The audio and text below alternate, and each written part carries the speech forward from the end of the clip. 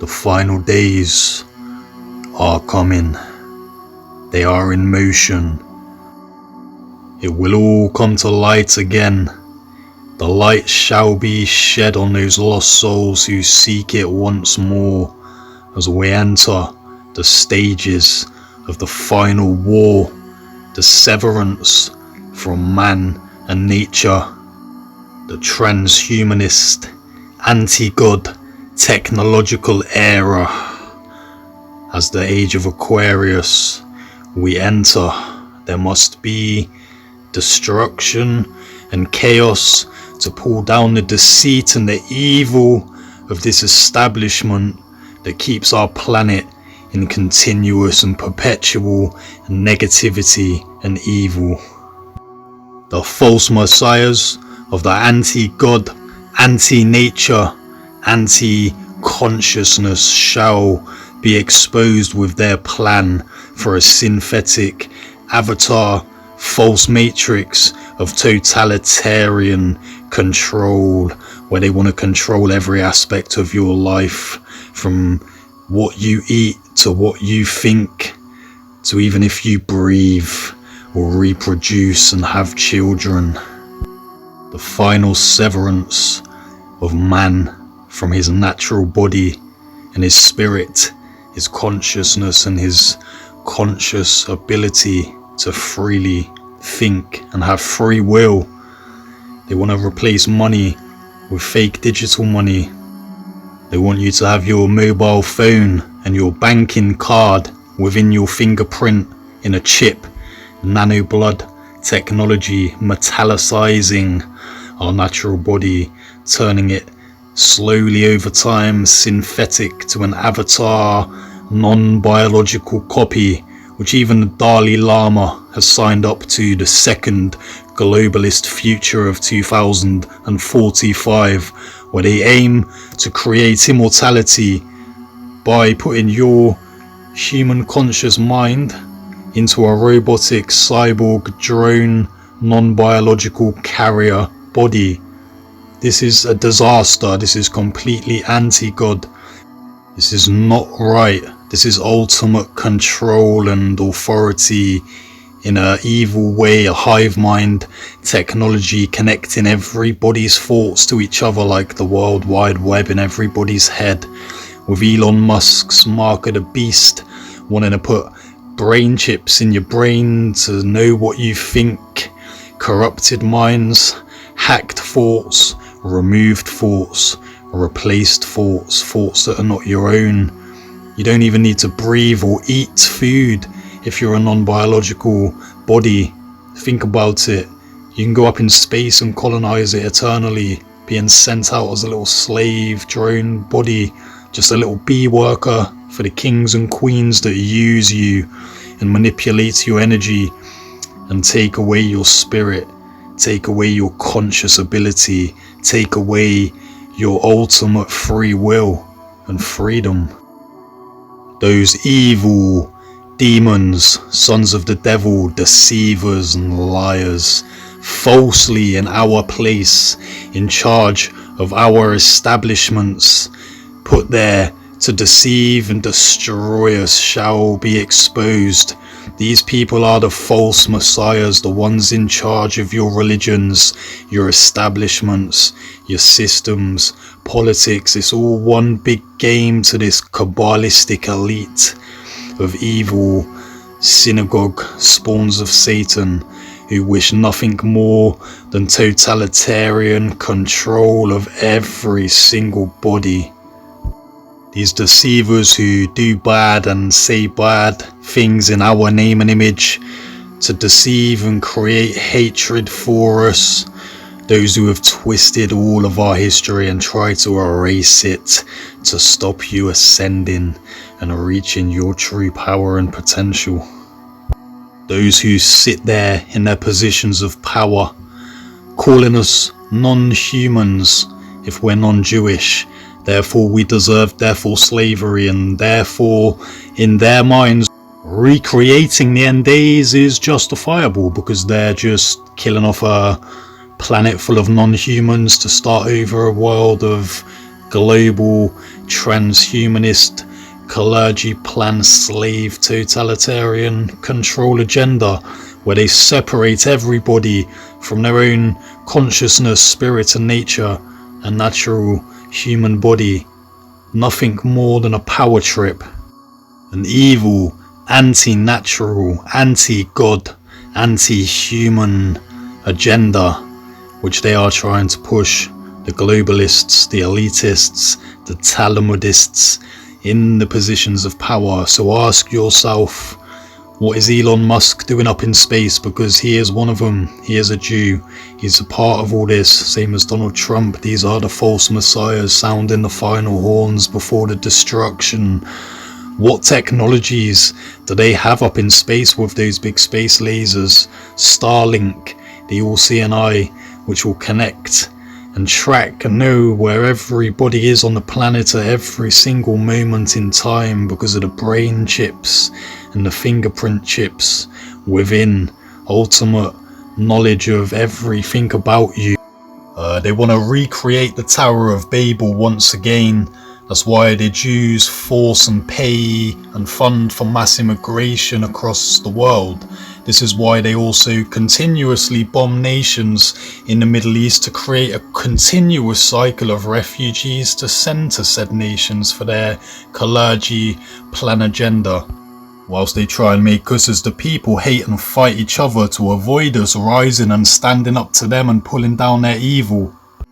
And the way that they want to enforce this new Tower of Babel globalist agenda to force every single race and tribe together and mix them all into one race that can be easily controlled and deceived and kept in spiritual destitute and isolation by the elite, is that with this technology, the 2045 project and the Project Avatar transhumanist immortality technology, they want to basically recreate the end days, mass destruction on the planet, as well as recreate a second coming of Christ, a false messiah, a holographic, false technological avatar of the Messiah, to coerce and convince the world that they need to become one tribe under the sky. They want to fake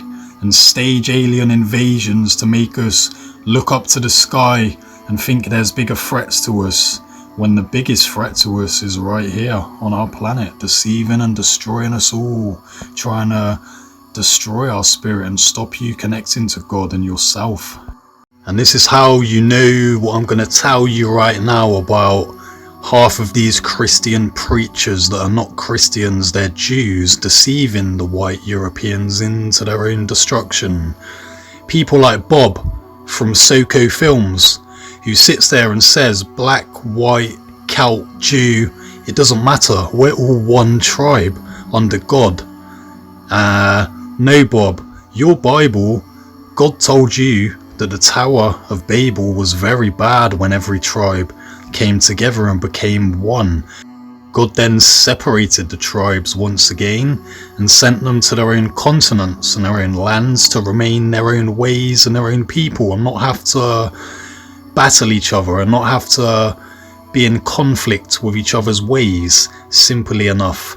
What these Christian preachers talk is nonsense, the same as the Pope, right? The Pope's telling us that we must accept mass immigration. Why? We do not have to accept it. Other ones now, like Bob again, telling us that, oh, it's fine, white people can be replaced as long as it's by Christians. No, these religions are full of deceivers and hypocrites that make no sense. Simply enough, I'll tell you this as a truth. We are all being made to hate each other and fight each other by the same person in control of all of our lands and establishments and systems and religions. The same people that are forcing this Tower of Babel agenda, this globalist agenda on all of us, trying to destroy all of our cultures and roots and bloodlines, trying to make us all become one race that is easily controlled under their new synthetic matrix system of evil. And there's a reason they want our tribe gone, so that they can achieve that, as we are the last ones that are going to stand up against that. Everything that you have been taught is a lie and demonizations of our identities and truths to deceive and destroy us. It's simple as that. And in this video, a lot of it is going to be shown to you, so much of it. The deceit, the truths, the history, the roots, the spirituality that's been disconnected. There is so much that's been taken away from you because they do not want you awakening to your power and your roots and what you hold within your consciousness, the abilities of your energy. They want to keep you asleep to who you are. There's one particular group that is causing all these problems on our planet, dividing us all, making us all hate each other, deceiving and doing bad in our names and images to create the hate and stir the pot. These people are the deceivers, the false messiahs, like I've said, the ones in charge of all establishments, the ones influencing all religions and social media outlets. And that's the same group that is forcing the wars between all of us, making us all become globalized, making us all go to each other's lands and have problems with each other. We can all be happy living in our own lands and our own continents without this certain group continuously causing war to continuously create influxes and migrations of peoples elsewhere for their globalist Kalergi plan agenda. The Jewish Talmudist Kalergi plan, where they want to genocide and get rid of every single white person on the planet by the year 2100 and replace everybody with one easily controlled, as they say and quote, one easily controlled low IQ race. So in their minds, these Jews and their Kalergi plan, this is the way they think. They want to get rid of all the white people, bring in a bunch of Arabs and blacks, make the Arabs and the blacks mix and merge with each other, and then lose both of their cultures also and become one new race and tribe that can be easily controlled and treated like absolute crap by the Jew, as the Jews believe after the end days and their final war and their Magog, or whatever it's called, the Magog I think, if I'm not mistaken, that after that anyway, the final days, the final war, that each Jew is going to have over 800 slaves each, and they're going to be dark-skinned slaves to the Jew who falsely stood in the white man's place and replaced him as the false messiah, the false deceiver who's bringing about an evil, totalitarian, synthetic, false matrix of anti-God and anti-Christ consciousness, and recreating again the Tower of Babel in the days of old, Sodom and Gomorrah, all the evil and the chaos and the deceit and the final severance. So whether you like it or not, this does involve every single body on the planet, and everybody does need to understand the lies and the deceit that's been going on, the reasons why, the agendas that they want to bring about, and how they're going to do that, and who they need to get rid of to bring that about.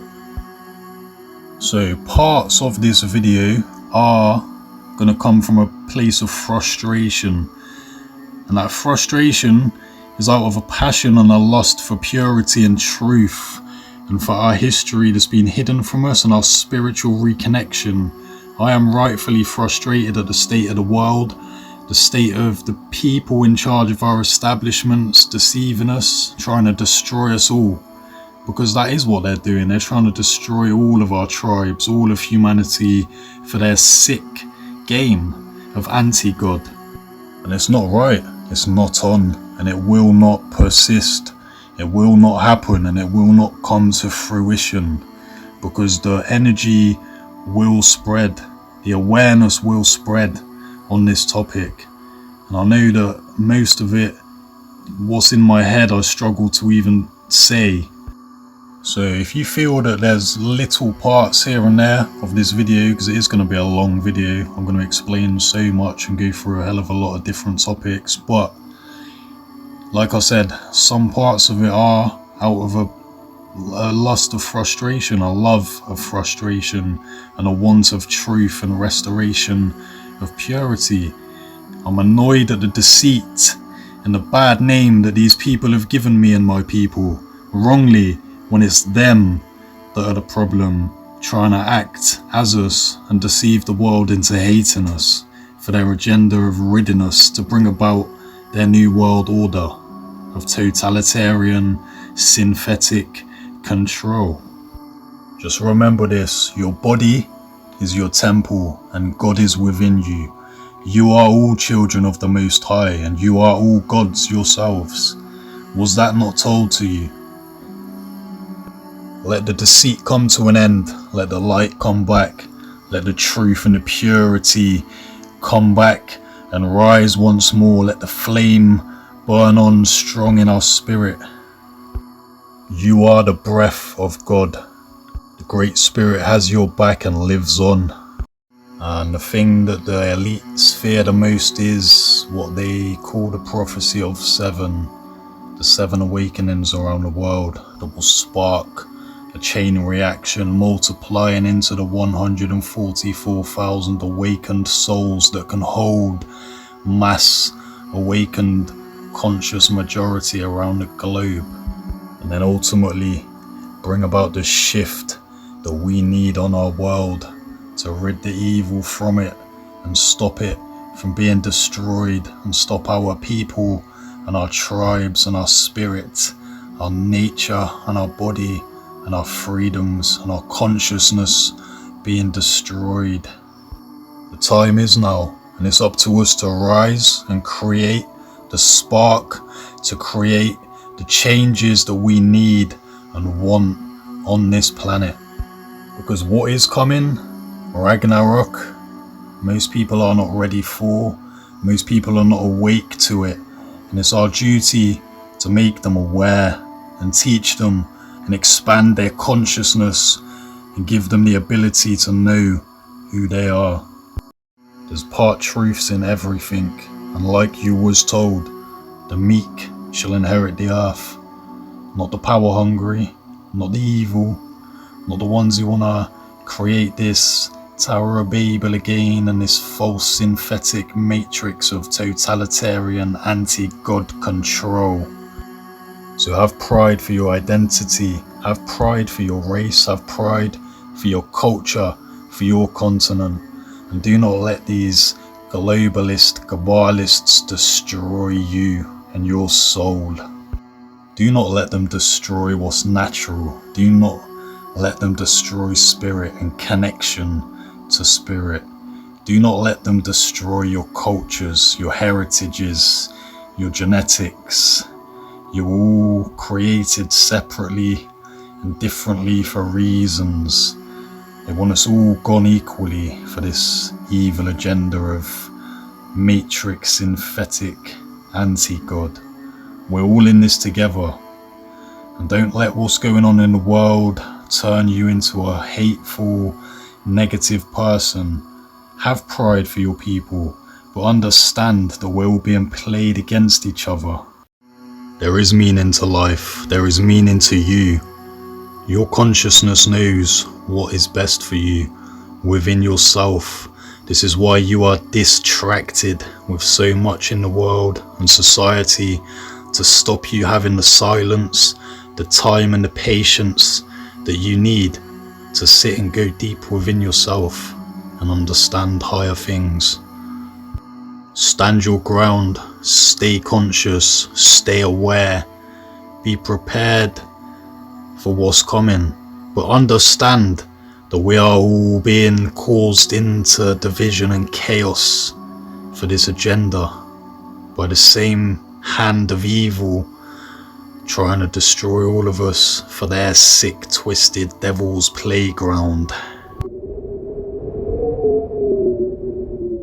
Ragnarok will come. We are not the demons, the barbaric savages that they have tried to make you believe that you are. We will fucking rise. We are coming. We do not forget our ancestry, our roots, our blood, our history. We do not forget our purpose. We do not forget our enemy, the filthy kike, the satanic spawn of the devil, who wants our tribe erased and has for time eternal. But they shall not win this fucking war, cause our people are rising once more. Our spirits eternal. Our pagan strength guides us to the wisdom and light that we seek, and God is inside of you. Like they said, the meek shall inherit the earth, not the ones controlled by fucking heaps of gold, cash, and pointless materialism to keep humanity under control. Ragnarok will come. The world will behold the white man power once again unfolds. Everything's a cycle from the days of old. They want you kept asleep to your power, to your roots, to who you are inside. Why does everybody collectively unite to hate you? Because you must be somebody very powerful, and you've been deceived and kept asleep to who you are. So ask yourself, who the fuck are you, white man?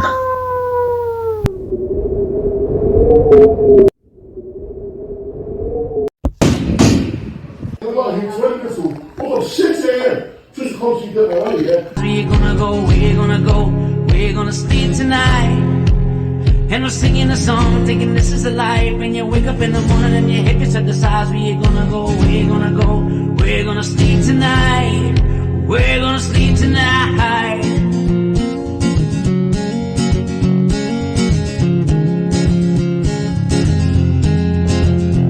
Oh, the wind it whistles down cold dark street tonight.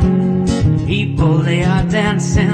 You can wear an Easter lily for the men who fought and died. You can wear an Easter lily for the women by their side. You can wear an Easter lily for the heroes of 16 who gave us back our dignity and pride and self-esteem.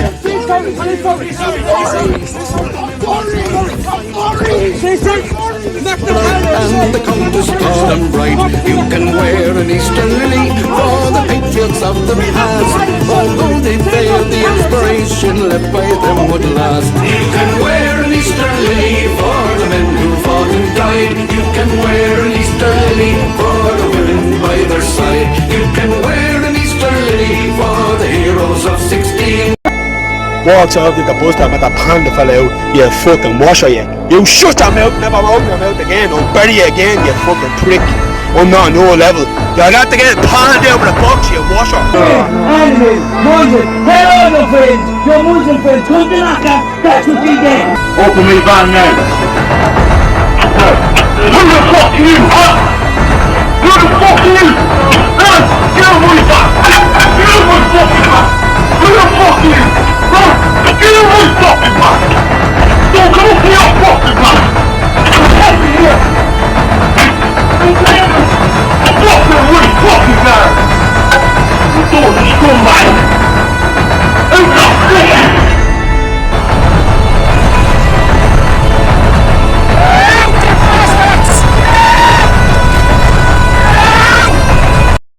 White men of the world, you are under attack from your own system by a bunch of Talmudist, Loxist, anti-white bastards who hate you, hate your lands, and want your children erased for their Kalaji plan.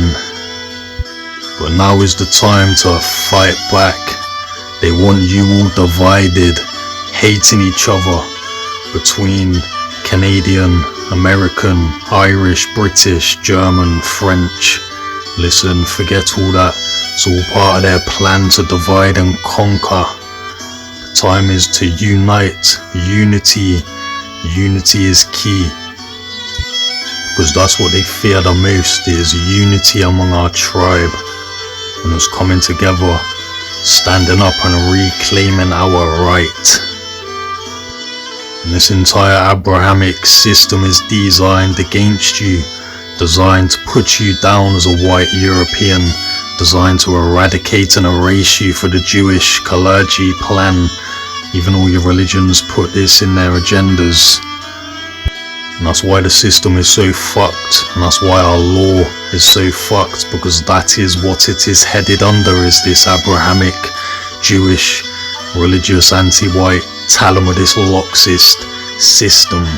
And if our system refuses to hear our voices and our concerns and our wants, our own people of our own lands and what we want and what we choose, then there is no other choice but to form some kind of people's political army where we force what we want and what we need, because self-defense is a God-given right, and that is being taken away from you.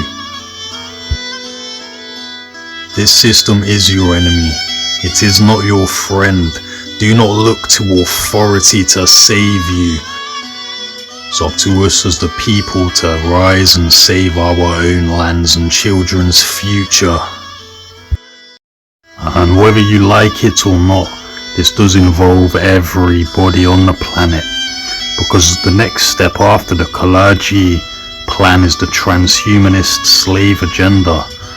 So it's the whole point of what's going on around the world, is these Talmudist, Loxist Jews keep causing these continuous wars, to keep causing continuous displacement, to keep causing a continuous cycle of refugees to send around the world to try and overthrow white nations, because that's their whole plan. If you read what the Kalergi plan is a plan written out by the Kudenhovs, the Jewish Talmudists, about wanting to eradicate and erase every single white person on the planet by the year 2100 and replace them all with a, as they quote, a low IQ, dumb, easily controlled race of blacks and Arabs that will be sent to Europe and mixed and merged into one new peoples of low IQ that can be easily controlled by the Jew, who falsely stood in the white man's place and image and took his position and recalls the Tower of Babel on the planet again with all this globalism. And it's all part of their plan. That's the first step, the Kalergi plan. The second step is with the rest, like Elon up in space, colonizing other planets. The synthetic matrix of the avatar false messiahs, where you all have brain chips, Neuralink, Starlink tracking your every move and thought, where these false messiah Jews can basically just treat that new race of people that they rule over like what they're doing to the Palestinians, basically, right? That's how they want to treat the whole world, these fucking people. They're insane, and they want to go up into space where they can rule over the planet and call us all goyim, non-human slaves to the Jew. And when we get to the root of every problem, we find that it's the Jew sat there causing all these wars. Same as World War II, every life lost in World War II is because of Jews. Every aspect of communism was Jewish. Churchill was Jewish. Eamon de Valera was Jewish. These people make us all fight ourselves as brothers and hate each other to destroy ourselves. As it says in their religion, deceive and destroy the non-Jews into destruction and slavery. These people are the hidden hand behind it all.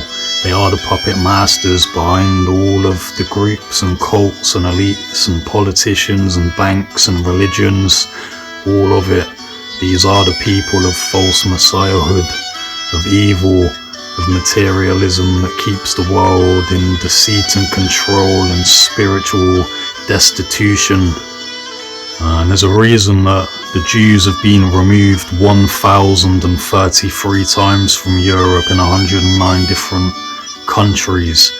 There's a reason that King Edward and William of Norwich in England in the 11 and 1200s banished and expelled the entire Jewish population after they was found murdering and sacrificing children in the woods at night in rituals, farming adrenochrome.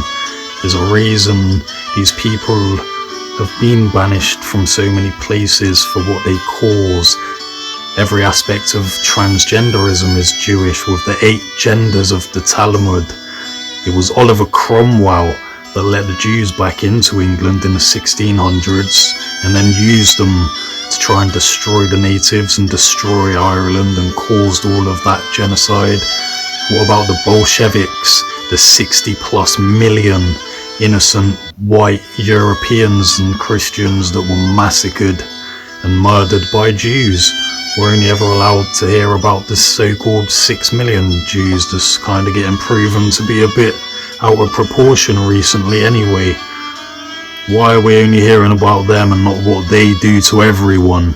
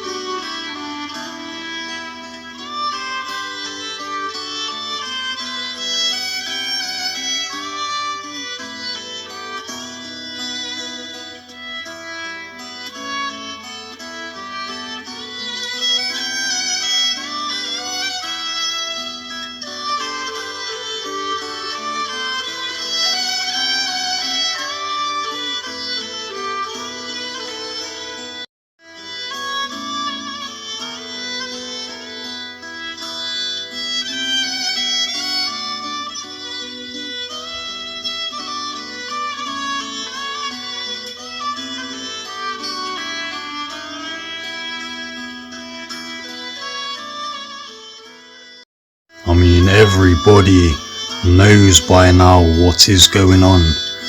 So rather than sit online for another decade whilst we lose more and more of our people, why are we not doing anything about it to stop it? Why are we not collectively coming together in uprise and forcefully putting a stop to these assholes in our lands destroying us and trying to take away our freedoms and our futures and trying to erase and eradicate us? Because in all honesty, it seems like the large majority of people are too consumed with the negativity. They'd rather just sit on the internet arguing, moaning, hating, having random interactions with complete random strangers all day, every day, on a continuous, insane cycle that does nothing but put them down, keep them in negativity and distract them from the bigger pictures and stops them from doing anything. Most people don't give a fuck about the future or what's coming or what their children are going to have to live through and go through, because they're too happy in the moment gaming online, watching bollocks fucking TV, football, too worried about how much money they make, too worried about going clubbing. Whatever it is, people are too distracted, too caught up in the moment to truly unite and give a fuck about the future, themselves, their children, their lands, their cultures, their own self. And every single day that we sit online and argue and moan and try and tell ourselves what we already know is going on, the less time we have to collectively unite, stand up, put a stop to it, and save the world. Unfortunately, time is not on your side. Because every second of every day since the end of World War II, the Jews have sat plotting and planning their clergy plan and transhumanist New World Order of slavery, whilst the majority of people sit idly unaware of it, blissfully unaware, blissfully arguing in the moment with random strangers, wasting their time away, feeding into the agenda and the plan to fuel the hate and the division to try wipe us away. And for all the others that say it's a good thing to get rid of the white race, look at the plan, look at the picture and what you'll face. It's not a good thing. The white race is the only one that stands in the way of the Jews wanting to recreate the Tower of Babel and run a world of black slaves. We're all being made to hate each other and fight each other, to keep us distracted from the bigger pictures, the bigger truths and the reality of who and what and why is behind all of it. All of the wars, all of the divisions and hate, all of the anti-white systems in place. Because every second of every day, the Jew sits plotting and planning on how to erase the white people and get rid of them and bring about a black world of slaves. As the Magog says, after World War III, apparently each Jew's gonna have 800 slaves each. The Jews are gonna run a world of dark slaves. So, as I said, it does involve everybody. And this is the reason why the Jews create so much anti-white hate and try to unite everybody else against us to get rid of us, so that the Jews can then make a world of slaves that they can treat like absolute shite. Most are blind. The time for words is over. The time for action is soon to come. We cannot sit here another decade trying to tell people what is already known. If they don't want to wake up, leave them alone. It's up to those of us who do know what's up to stand up. The only reason these people have any authority and power over us is because we allow them to, via the religions, via the politics, via the materialism. And simply enough, I think it's going to come down to a point where enough is enough. Those who have had enough need to unite, like I said, and stand up and fight for a homeland and a preservation of your own. There's nothing wrong with that. Self-defense is a God-given right.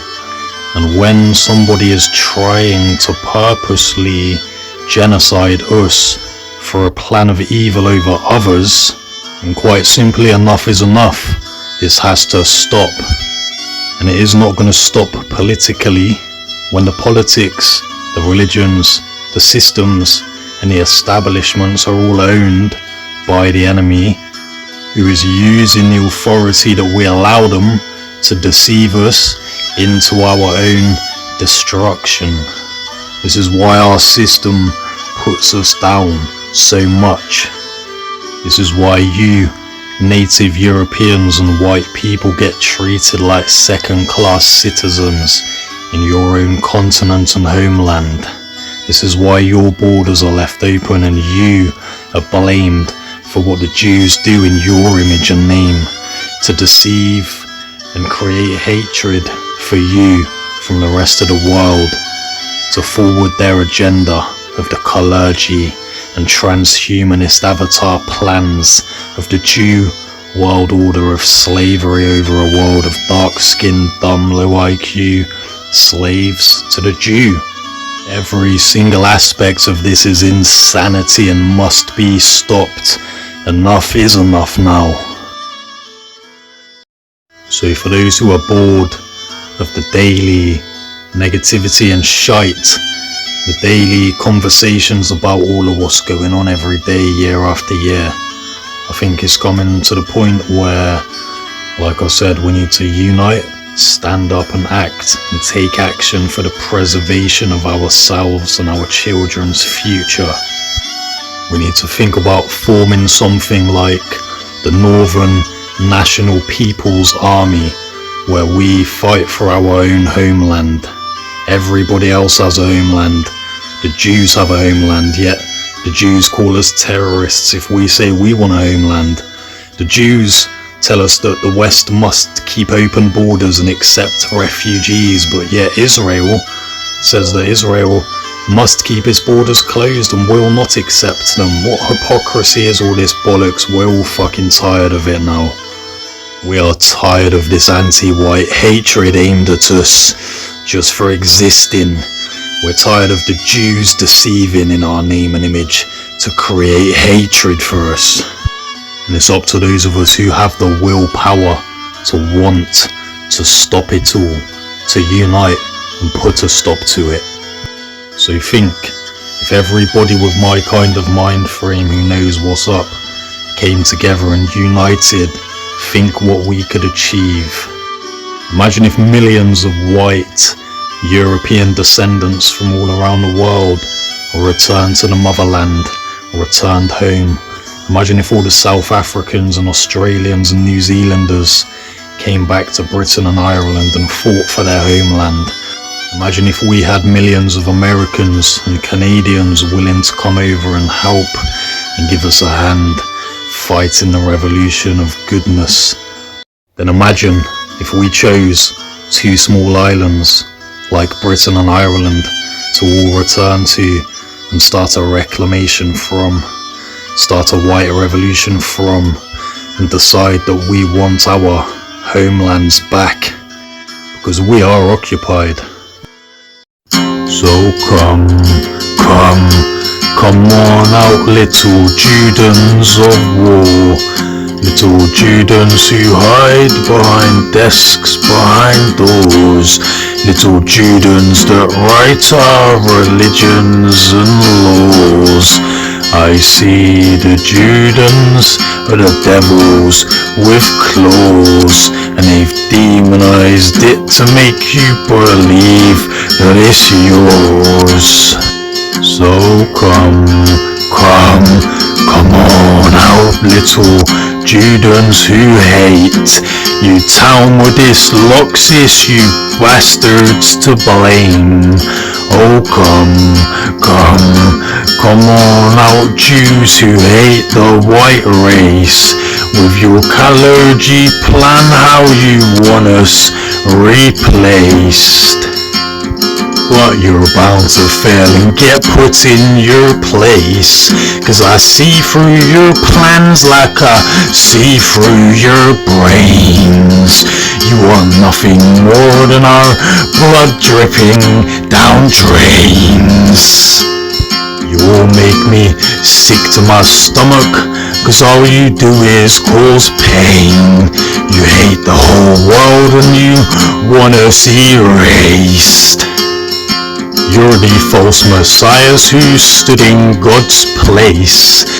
You cause debts and slaves and wanna try shift the blame and give the perpetrator the picture of my people's face. Because you're not God's chosen, you should all be ashamed. And it's why you call us non-human, we got demigod DNA. You know that we are the true tribe that stands in the light of God's rays. And no matter how hard you try, you'll never slaughter my race. You want us to think we're the devil, but it's you in his place. So come, little Judens, come out to play. Come out to play, Juden, with your war face. We all know that it's you that opens the floodgates. Your entire system's based on anti-white hate. And I know it's you that bombs others and then sends them our way. So come, little Judens, come out to play. Come out to play, Judens, with your war face. Don't put a blade in my back, come and stand face to face. But I know, little Judens, that isn't your way. You'd rather deceive and destroy, paying others to slay. But I know, little Judens, that your power will fade, 'cause uprising is nigh and I await the day when your system of evil gets flushed down the drain. Because you wanna recreate Babel with your globalist aims. And you'll soon feel the cleansing of the eternal flame. It'll wash over those evil doers and then bury them with rain. We're sick of your rituals and baby dick sucking ways.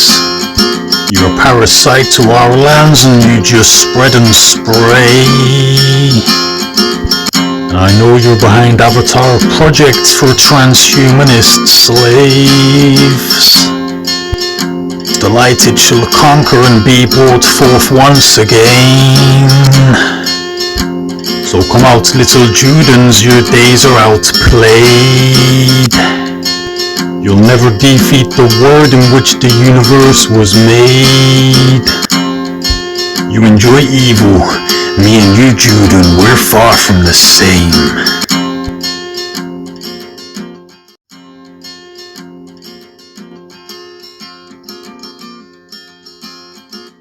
Harold says he has a cure from the old gods. We're not pagans anymore. The saint doesn't cure me. It's rumoured that there is a man in the woods who still follows the old gods. It's rumoured that he has a cure. There may be a way to help Roger. It may not be a godly way, it may be sinful. He doesn't know the way. And you do? God forgive me. Across the river, there stands a stone. The king had all the sacred places torn down, but this one stayed hid. In 2 days, it's the solstice. If this man still survives, then he will be there. Did you pray to Our Lady? Yes, And to the Saint of the Spring? I did. Frida, if there was a cure, if there was, you would know of it, you would hear. I wouldn't hear an ungodly word. No, come. I know you. I know your family follows the old gods, Frida. It's there in your very name. Maybe a little, just so as not to upset them. I have enough trouble without upsetting gods. But I am a good Christian, right? I pray to Our Lady, to the Lord, to the Saint of the Spring, and just every now and then to the others. A woman needs all the help she can get these days. And the cure. It was rumoured that when your father took the throne, old wise man still survives. And when the curse took your mother, God keep her. It was rumoured that he knew the curing. They'd say that the wise old man hid himself here in the woods, near to the sacred place. It's not far from here if you know the way. Come on, let's go. You know why? There's a reason that that you was told that all these wise men throughout history allegorically went off alone into nature for weeks and weeks and hardly ate and just meditated and had visions and ascended and seen what they wanted and became aware on a higher conscious level, became ascended and connected to their nature. And that's because the truth is found in silence. Society, break it down 3 ways. Society, it's a psyop. It's a crazy psyop of continuous noise, negativity, cycles that keep you distracted and take you away from inner peace and deeper connection. It's all a psyop to keep you living in continuous conflict, continuous drama, continuously distracted away from the true reality and nature of who and what you are. All the religions, everything, the true meaning of all of it is about escape. There is no escape in this world without going in. You cannot leave without going inside yourself and ascending beyond it all. You can't get out without first going inside yourself. The rebirth, the baptism of spirit from within, the ascension of Christ consciousness being reborn within, the sacred secretion which religion took out and hid to stop you from reaching your full potential and finding the light within. They don't want you seeking the true light within. As God even told you in their Bible, God dwells within all of you. You are all children of, and your bodies are your temple, nothing made of stone.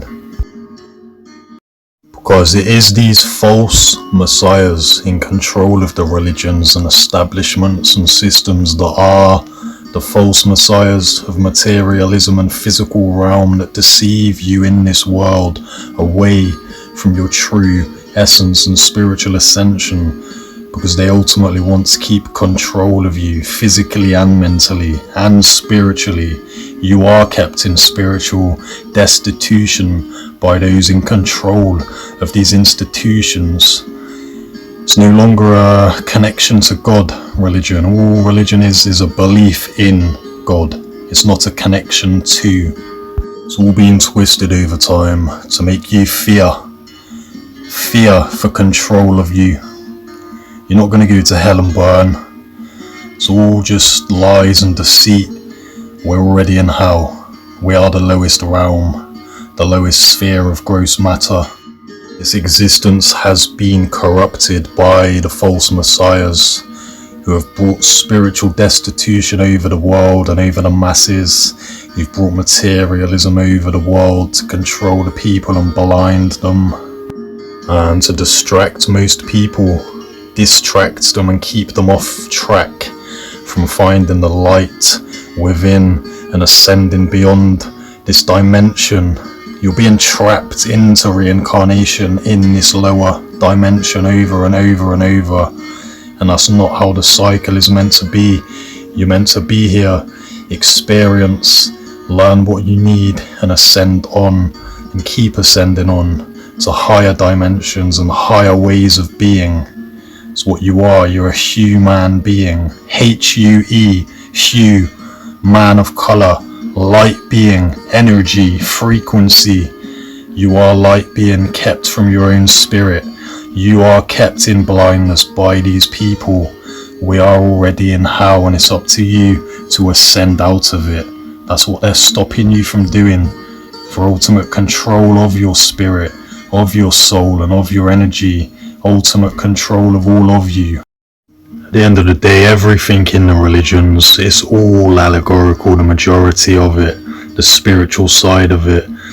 It's all an allegory to the duality, as above, so below, the human body, anatomy, and the Christ consciousness, ascension and baptism of spirit being rebirthed within, aligning with the celestial cycles above at certain months in the year, the 12 cranial nerves, the 12 celestial bodies, the aligning in time becomes the connection inside the 12 disciples of Christ consciousness, the Godhead, as the ancients called it, for good reason.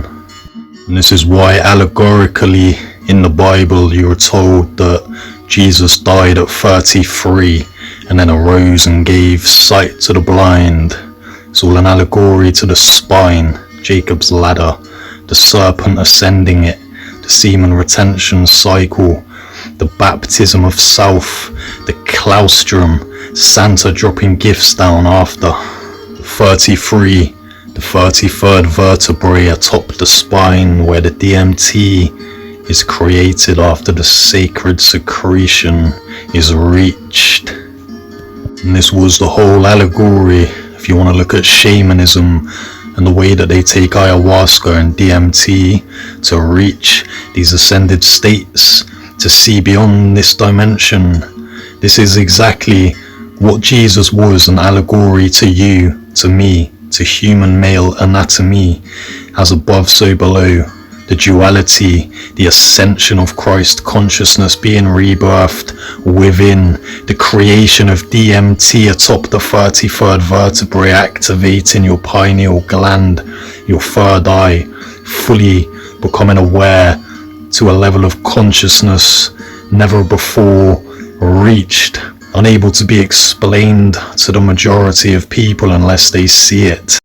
Even the halo, it's just the electrical circuit in your brain being activated, the full circuit being reached, the circuit of Galilee activating atop. Do you understand why it's called the rebirth?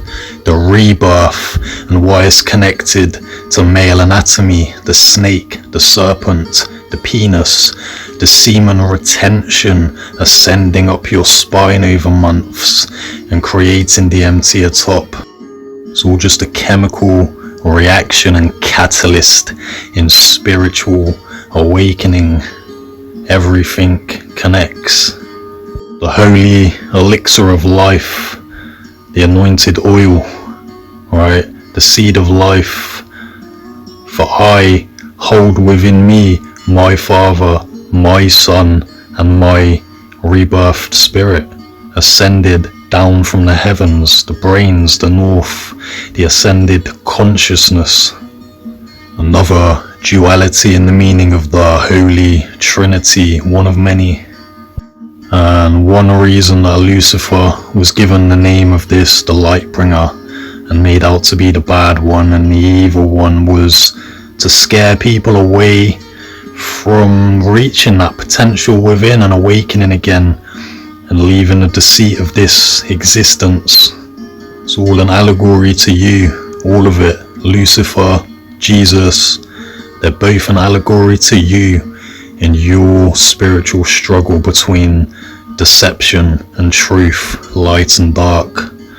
And when you become ascended past all of it, you become the bad guy to the establishment, because you see past it all. You see past all their lies. You see how they are the false messiahs keeping this world blind. That's why they demonized our symbology, to scare you from reaching the truth. For your body is your temple and God dwells within. You are all children of the Most High. Was you not told this? So you know how the Jews have twisted everything and made it all backwards, right?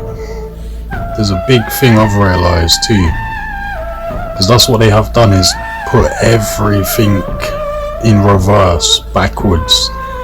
They've made us think that they're the God's chosen people, right? These Jews, when they're not. We are the white Europeans.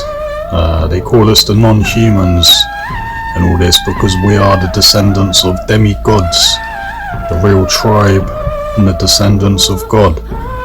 So think about this deeper, right, with all the shit I've been trying to get at recently. Think about it a lot deeper. You know how they've demonized our symbology, made the serpent out to be evil when it's just the energy ascending your spine in meditation. They've made this they've made the pentagram out to be all evil when it's just human natural meditation positions, standing 5-star point position, Venus and Mars crown of victory cycle alignments over 8 years, and all this, right? The reindeer geometry, it's not an evil Baphomet, it was a reindeer, it's nothing evil. So once you understand that, again, everything has been reversed and twisted and put backwards. Whoever this Lucifer was, Satan, Lucifer, that they have demonized and made out to be so fucking evil, is because they want you worshipping a foreign god, innit? A foreign Jewish god. So when you start studying it back further, a lot of our stuff goes back to that. Lucifer, the one of light, the bringer of light, is even described in the Bible as the best looking and the most intelligent, right, and all that. Why then is there angry spirits in our lands aimed at these establishments and these religious people? Once you start getting to the root of it and understanding how backwards every fucking thing is, right? And like all the demonization of twisting hell to be this place of fire and burning. Well, it was because we always had fires going up in the north. Right, a Viking pagan flame, the eternal flame. That's what they wanted to destroy and make you fear. The one of light, the light bringer, Lucifer, the light bringer, the blue-eyed. Right, it's like I've been trying to get at. The church always depicts that the devil was the blue-eyed white native of Europe that they want replaced for their clergy plan, and this is why the church calls us Gentiles and non-humans if we're non-Jewish, because they're trying to destroy our lineage and our bloodline and our real roots and ancestry and the consciousness that we hold within, the light that we hold within. They're trying to extinguish the true light of God. They've demonized everything and rewritten it and twisted it to make you fear it, to make you fear certain things and certain names and certain people, to really actually stop you connecting to the light within that is divine within all Gentiles, because we are actually the descendants of demigods. We're not from the same fucking father as the Jews, the fallen angels and all this. These cunts have reversed every fucking thing so much that it's just beyond a joke at this point. You know, like the whole religious institution are the ones following the devil, to be honest. Like, they're the ones that are sacrificing children for adrenochrome and sucking baby dick and trying to eradicate white people for this Jewish clergy plan. Do you know what I mean?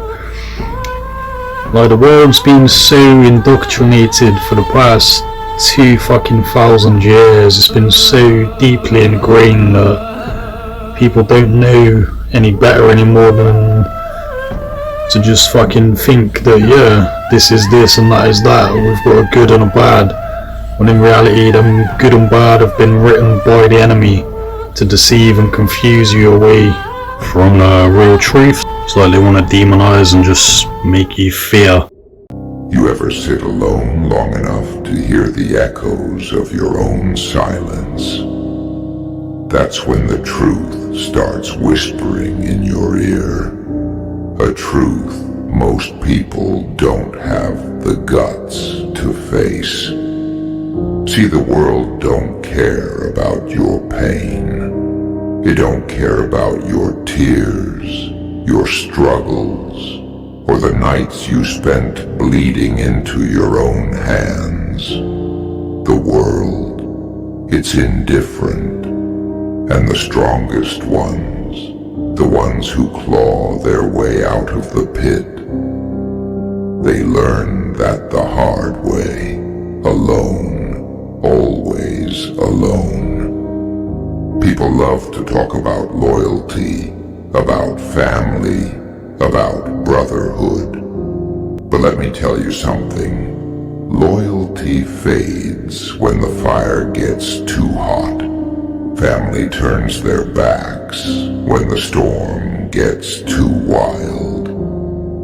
Brotherhood, that's just a word. When you hit the ground, broken and gasping, don't expect anyone to lift you up. They'll step over your body and move on like you never existed. That's the truth. The strongest warriors don't rise because someone saved them. They rise because they saved themselves. You want to know why the strongest are always alone? It's because we see the world for what it really is, a battlefield. And on the battlefield, you trust no one but yourself. Trust gets you killed. Hope gets you betrayed. Love carves a hole so deep in your chest, you'll spend the rest of your life trying to fill it with ashes. You think I'm wrong? Look back at every time you opened your heart, every time you let someone in. Where are they now? Gone. But you're still here, barely breathing but alive. And that's all that matters. Pain changes you. It sharpens you, hardens you. It carves away the weak parts until all that's left is something raw, unbreakable. Pain teaches you lessons the soft hearts will never understand.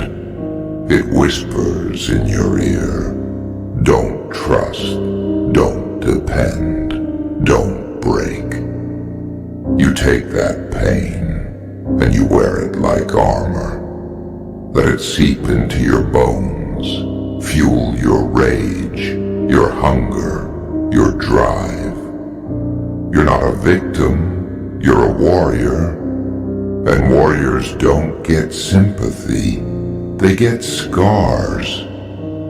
You ever notice how quiet it gets at the top? That's because most people don't make it. They give up, they crumble.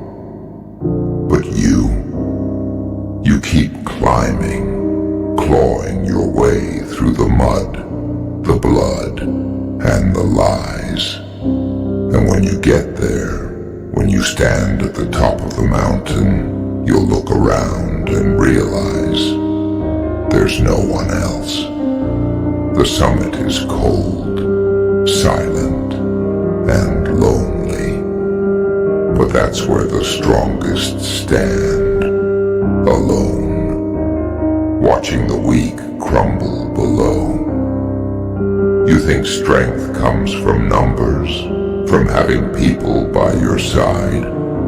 Nah, strength comes from standing when your legs are broken, from fighting when your hands are shaking, from walking through fire and coming out alive, alone. You've been abandoned, betrayed, forgotten. Good. Use it. Let it fuel you. Let their absence remind you that you don't need anyone. Every scar, every tear, every ounce of pain. That's your story. That's your power. Wear it like a crown. People fear the ones who don't break, who don't bend. They'll try to label you cold, cruel, heartless. Let them. Because those labels, they're just words. And words don't cut as deep as the knives you've already pulled from your back. You've got nothing to prove to them, nothing to show. Your silence will scream louder than their empty voices ever could. You were born into this war, and no one handed you a map. No one gave you a way out. But you survived, barely.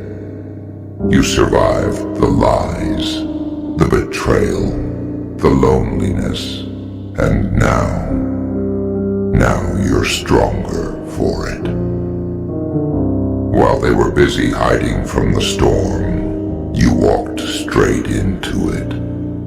While they were breaking under the weight, you carried it. And now they look at you with fear, with envy, because they know you're not like them. You're something else, something they'll never be. But don't get it twisted. This path ain't for everyone. Most people don't have the guts to walk it. They'll talk big, act tough, but the second the shadows creep in, they'll fold. You embrace the dark. You make it your home. Because you've realized the truth.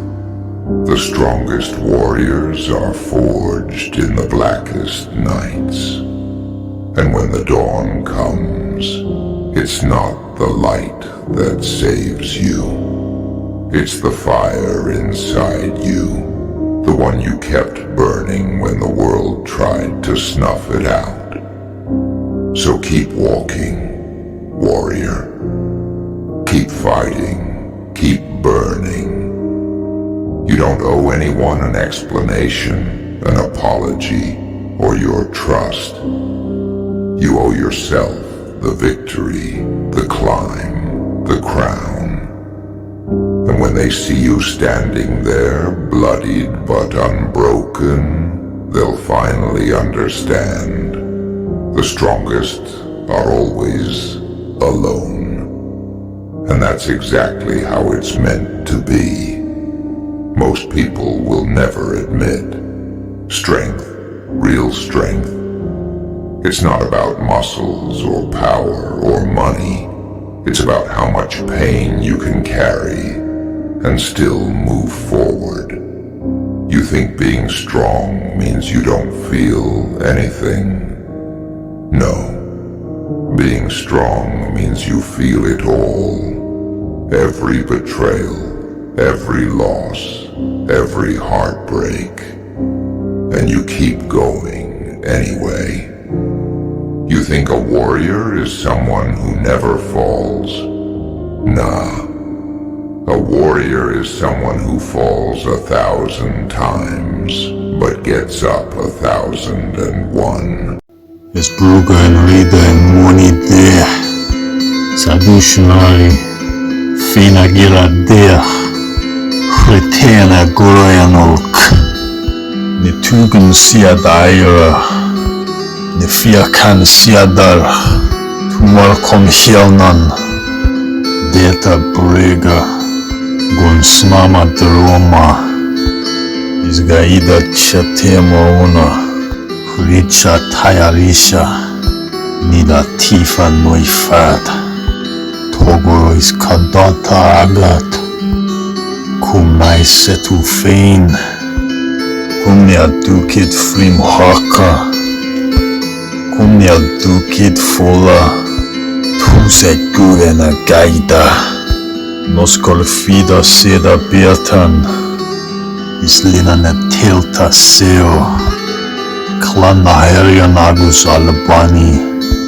Chlokran lotra Klana daita Tiana embryon gloidi Deusi dan manoi Oskel da shula Amdu sekta noi Ratedu telta Dedi dolt Zakata tekta Han kumen let Kumnialdu kasbura Afia freonan Mater talen Gan delma da dynama Otfaina Asiadal galakad dokanalta Janialt agus segna Nalik tuba tashrios Niemon bodoliana Melik tela Sastole megak tekta Kalduanum saurin aska Dusiganoi When you start to see and understand why the world is in such a state, such a mess, such a low vibrational frequency, and you start to understand the people that are behind it, you start to understand why they have been removed from so many countries over time, why they have been kicked out, expelled and removed from Europe, 1,000 times? 1,033 times in 109 different nations. You know, King Edward William of Norwich in the 11 and 1200s in England, banishing all of the Jews after they were found sacrificing ritually children in the woods for adrenochrome and all of that, and you know, all this paedophilic teaching with the hymen law and Matzitza Bupe, baby dick sucking and all of this. There's reasons that you start to see why they was expelled from so many places, I guess. It's their own behaviour that is sickening the rest of the world, and they seem to think that they're God's chosen and that we're all non-humans, and that because of that they have divine authority over us. I think it's just absolutely insane. So anyway, moving on to the next part about all the ancient origins of our spiritual history and knowledge in the northwest of Europe. You know, there's a reason that they try to subvert you so much, deceive you and keep you asleep for good reason, because there will be a big storm when you collectively awaken again. And that's why a lot of people fear the kind of knowledge that we hold and that we speak and can show and teach, right? That's why a lot of them block us. I mean, I've been blocked by a lot of big accounts. Even the Knights Templar and the churches have gone and blocked me, ex-soldiers. It's because they all fear the truth. They're Jewish deceivers in their places, in these establishments, trying to deceive the majority of our people on these big platforms that we use, but we shall spread the real truths on here from now on. Our day will come. We ain't here to please, but to pull down the establishment's deceit and build a new one for our tribe and for the betterment of the world. But yeah, you know, Ireland and the northwest of Europe, but in particularly the flooded lands of Ireland and Britain, is the foundation of all European. Irish paganism outdates Norse, Greek and Roman paganism. Pagans built Rome. The Hellenics of Greece were descendants of the northern Elan. The ancient deer shaman goddess of old ancient Britain, Ireland, Scandinavia, North America, Siberia, the old peoples of the north. The ancient enlightened northern tribe that taught those who built pyramids across the continents. The descent from the heavens down. And so, like I say, Irish paganism is older than Norse paganism. And then again, Norse paganism is older than the Greek Hellenics and the Hellenistic religions. Norse paganism, many thought, was the foundation and the basis of all European, but when we actually trace the hidden lost roots that they've tried to destroy, we find it all goes back to Ireland and Britain and the ancient flooded lands of Doggerland, which once connected us to Scandinavia and North America as one northern landmass. Paganism has a long history, with the earliest examples dating back thousands of years and going way back into prehistoric times. So the Hellenistic period of Greece began in only 323 BCE, following the death of Alexander the Great. But if we look into many of these peoples back then, the haplogroups and the lineages, we can see that many Sicilians more than likely inherited ancestry from a tribe descended from the north and west of Europe.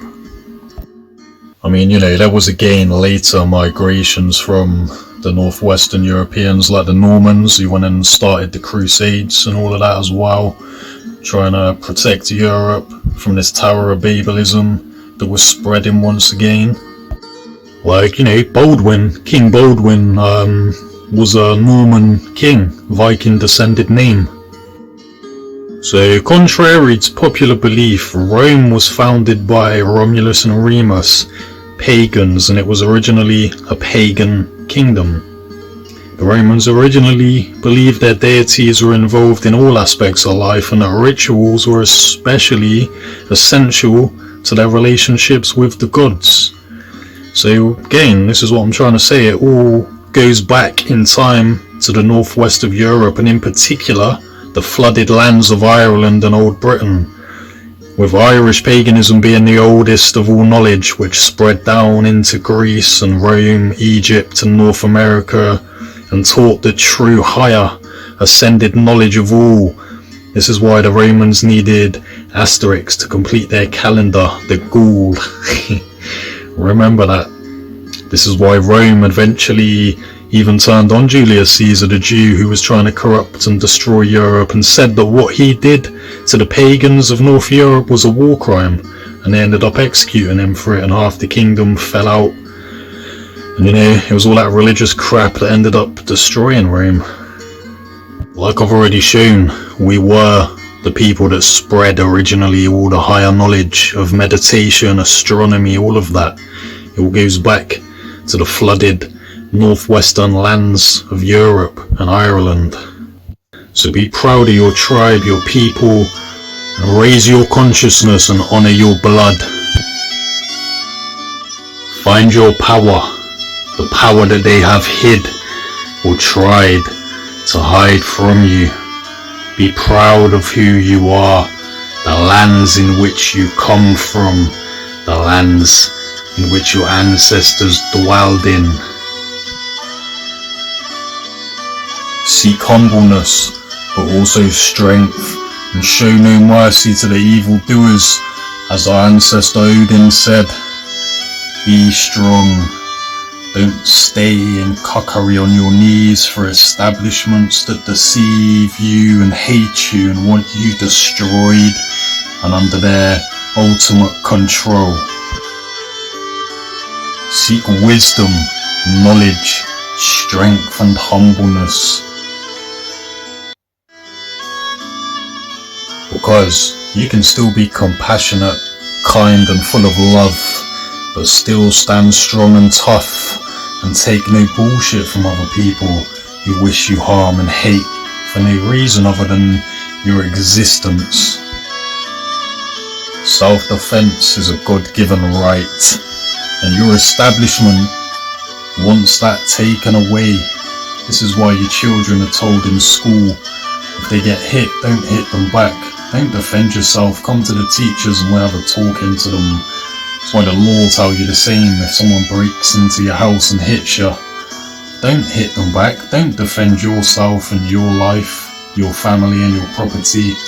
Ring us and we'll come down in a few hours and sort it out. This is nonsense. Be compassionate, be humble and seek wisdom, but take no shit from other people. As they say, earth angels can be more terrifying than the devil when pushed. The best kind of people are those that choose to be gentle and humble and seek truth, wisdom, enlightenment, understanding, but also those who will stand for what they believe and will rise to defend those around them, their family, their loved ones, and their tribe, and their lands, which this establishment is doing nothing more than trying to destroy along with us. This Tower of Babel, synthetic matrix totalitarian control system that they're trying to establish will not pass.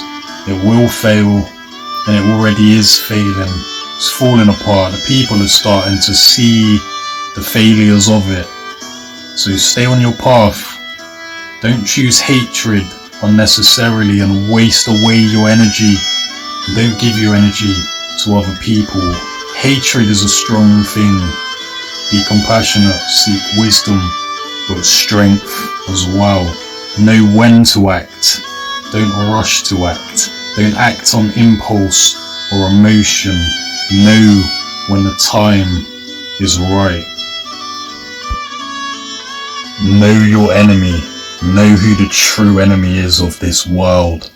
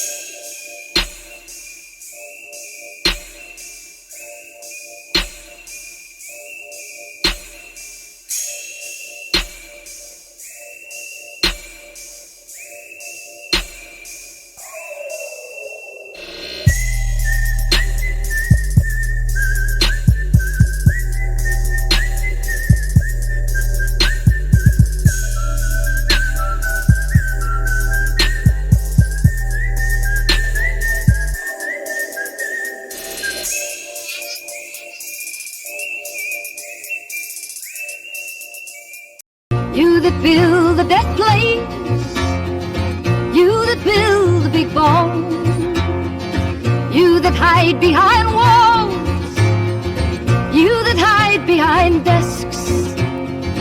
I just want you to know I can see through your masks.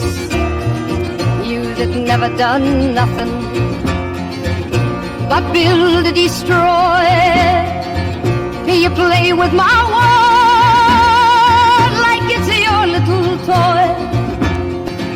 You put a gun in my hand, you hide from my eyes, you turn and run farther when the fast bullets fly. Like Judas of old, you lie and deceive. A world war can be won, you want me to believe. But I see through your eyes, I see through your brain, like I see through the water that runs down my drain. You fascinate triggers for others to fire. You sit back and watch while the death toll grows higher. You hide in your mansions while the young people's blood flows out of their bodies and's lost in the mud. You've thrown the worst fear that can never be heard, a fear to bring children into the world. You threaten my baby unborn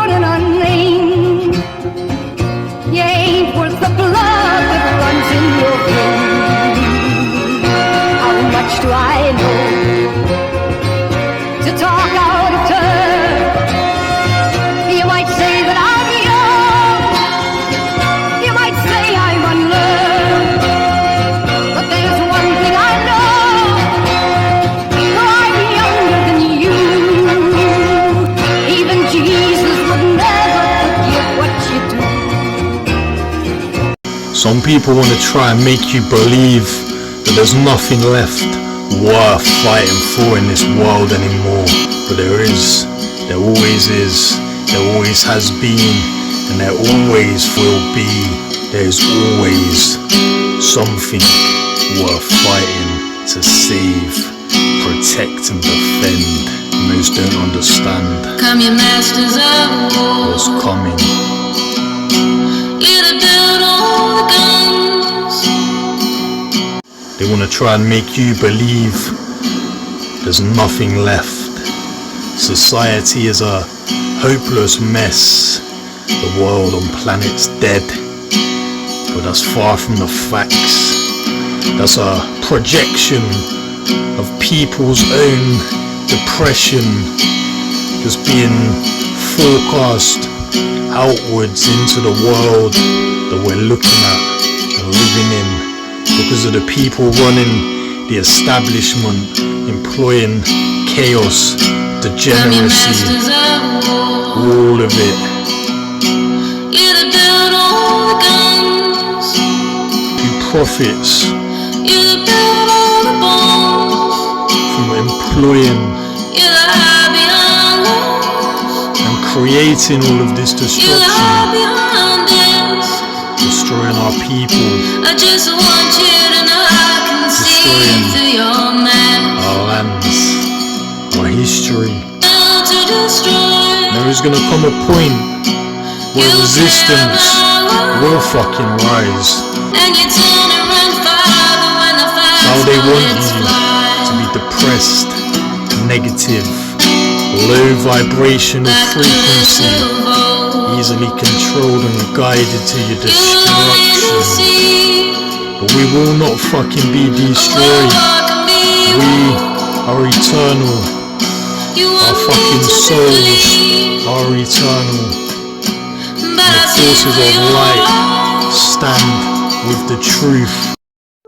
And honestly, we are tired and sick to the stomach of corrupted authorities and establishments on our islands that do nothing but destroy our history, demonize our roots and symbology, and try to eradicate our people. This battle is nothing new. This is thousands of years old. It's just now coming into the final days. More and more people will become aware of it. The deceit that has been pulled over the people's eyes from the establishments that they look up to and idolize as their salvation. The people that are meant to be there to look after them and protect them, guide them. The so-called holy messiahs, I tell you, are nothing but false messiahs in charge of the establishment, put there to keep power over you, deceive you, profit from you, whilst they sit and observe your misery, your suffering, your decline and collapse. They laugh and mock your history because they don't want you waking up and becoming aware of the power of your own mind, your own blood, your own history, your own ancestors that they want left buried in the mud and forgotten for time eternal. But they shall not be forgotten, because our blood runs deep, their blood runs rotten, our blood runs fresh, and we remember the days of old and what you have tried taking from us, how you've tried eradicating us for time eternal. This spiritual war has been going on, and they want you staying asleep and dormant to it.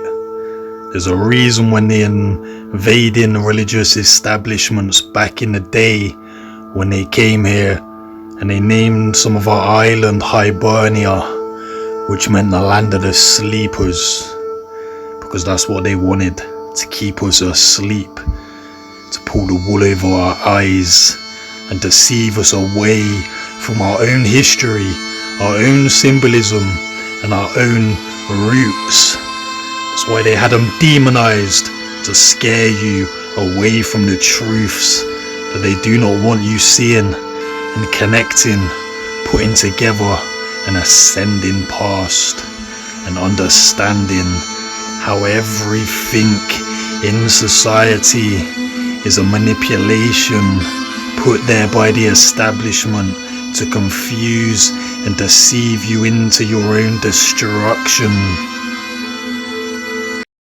These Loxist, Talmudists, falsely in charge of our religions and establishments and systems, that love to see our decline and want us eradicated for their clergy plan design. But we shall not let it pass. If you understand what I'm talking about, I know your mind is aware and you're awake to the problems on a bigger scale, a deeper meaning there is to all of it, and we will fight this battle head on. More people are becoming aware every day of this. People that never used to understand any of this kind of stuff are starting to become aware more and more, and there is the battle coming between the forces of good and evil. They are going to clash head on, and we the people shall win. They shall destroy themselves, the people of evil. The meek shall inherit the earth, the ones of humbleness, the ones that are not possessed by materialism, false ego and bullshit knowledge. Those on a path of righteousness, higher learning, awareness, understanding, spiritual connections and history that they want hidden.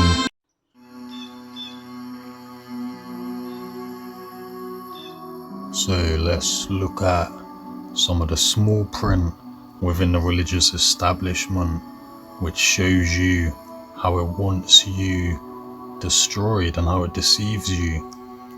And let me explain why I will not follow this foreign religious tool that is designed to try and destroy me and my people and land. So yeah, we'll take a look at a bit of the small print. Start off by saying that the church calls me a Gentile if I'm a non-Jew. A Gentile is a goyim in Hebrew, which means a non-human. So why would your church call you a Gentile if you're a non-Jew, which means a goyim? If you're not a Jew, the church looks at you as a non-human. It's a bit weird. Wow. It's because the church is controlled by Jews. It's a foreign establishment in Europe, placed here by Jews to keep control over Europeans and profit from us and deceive us away from God, from our own roots and spirituality and our own nature and lands. Because simply enough, why on earth would the church call you a Gentile if you're non-Jewish? Right? Think about it. The church thinks that you, white European, unless you're Jewish, you're not a human being. And that's what the church is all about. The Gentiles being adopted by the Jews because you need Jewish control, because you're not a human being, you're an animal in human form that exists to serve the Jew night and day, as explained in the Talmud. It's just fucking ridiculous, really. I mean, yeah, so you want me to support the church when the church calls me a goyim, a Gentile, which means that I'm not a human unless I'm Jewish. It's a load of bollocks. So then here we have a quote. This is one of tens of thousands of quotes available from Jewish people. It's not hardly a rare quote, it's very common among them. But here's a quote from a Jewish Canadian rabbi who says, "We must forbid the whites to mate with whites. The white women must cohabit with members of the darker races, and the white men with black women. Thus the white race will disappear, meaning the end of the white man, and our most dangerous enemy will become only a memory. And our race, the Jews, will be able to rule undisputed over the world. Our superior Jewish intelligence will easily enable us to retain mastery over a world of darker peoples." Yeah. Nahum Rabinovich, Canadian racist, Loxist, Talmudist rabbi. These are the kind of people that the church wants us to look up to and idolize. Because like I said, your church calls you, white European, a goyim, a Gentile. If you're non-Jewish, you're a goyim, you're a Gentile, you're a non-human, and you deserve to be enslaved or made extinct. It's literally what the Talmud teaches. It's just all fucking crazy nonsense. And yeah, if you want that quote, here we go. The Jewish Talmud states, a goy or a goyim. The Talmud holds that only Jews are true human beings, and Gentiles are goyim, meaning cattle or beast, non-human. A goy, in modern Hebrew and Yiddish, goy is a term for a Gentile, a non-Jew. Through Yiddish, the word has been adopted into English. And here we go, Nidrash Talpioth P.225L. Jehovah created the non-Jew in human form so that the Jews would not have to be served by beasts. The non-Jew is consequently an animal in human form and condemned to serve the Jew night and day. Again, absolute nonsense. So then why this talk in the church about Gentiles and Goyim and non-humans if non-Jewish? Right, let's think about it. Where does Christianity come from? The Middle East. Jews. Okay then, so let us flood your country with our people and we will culturally take over.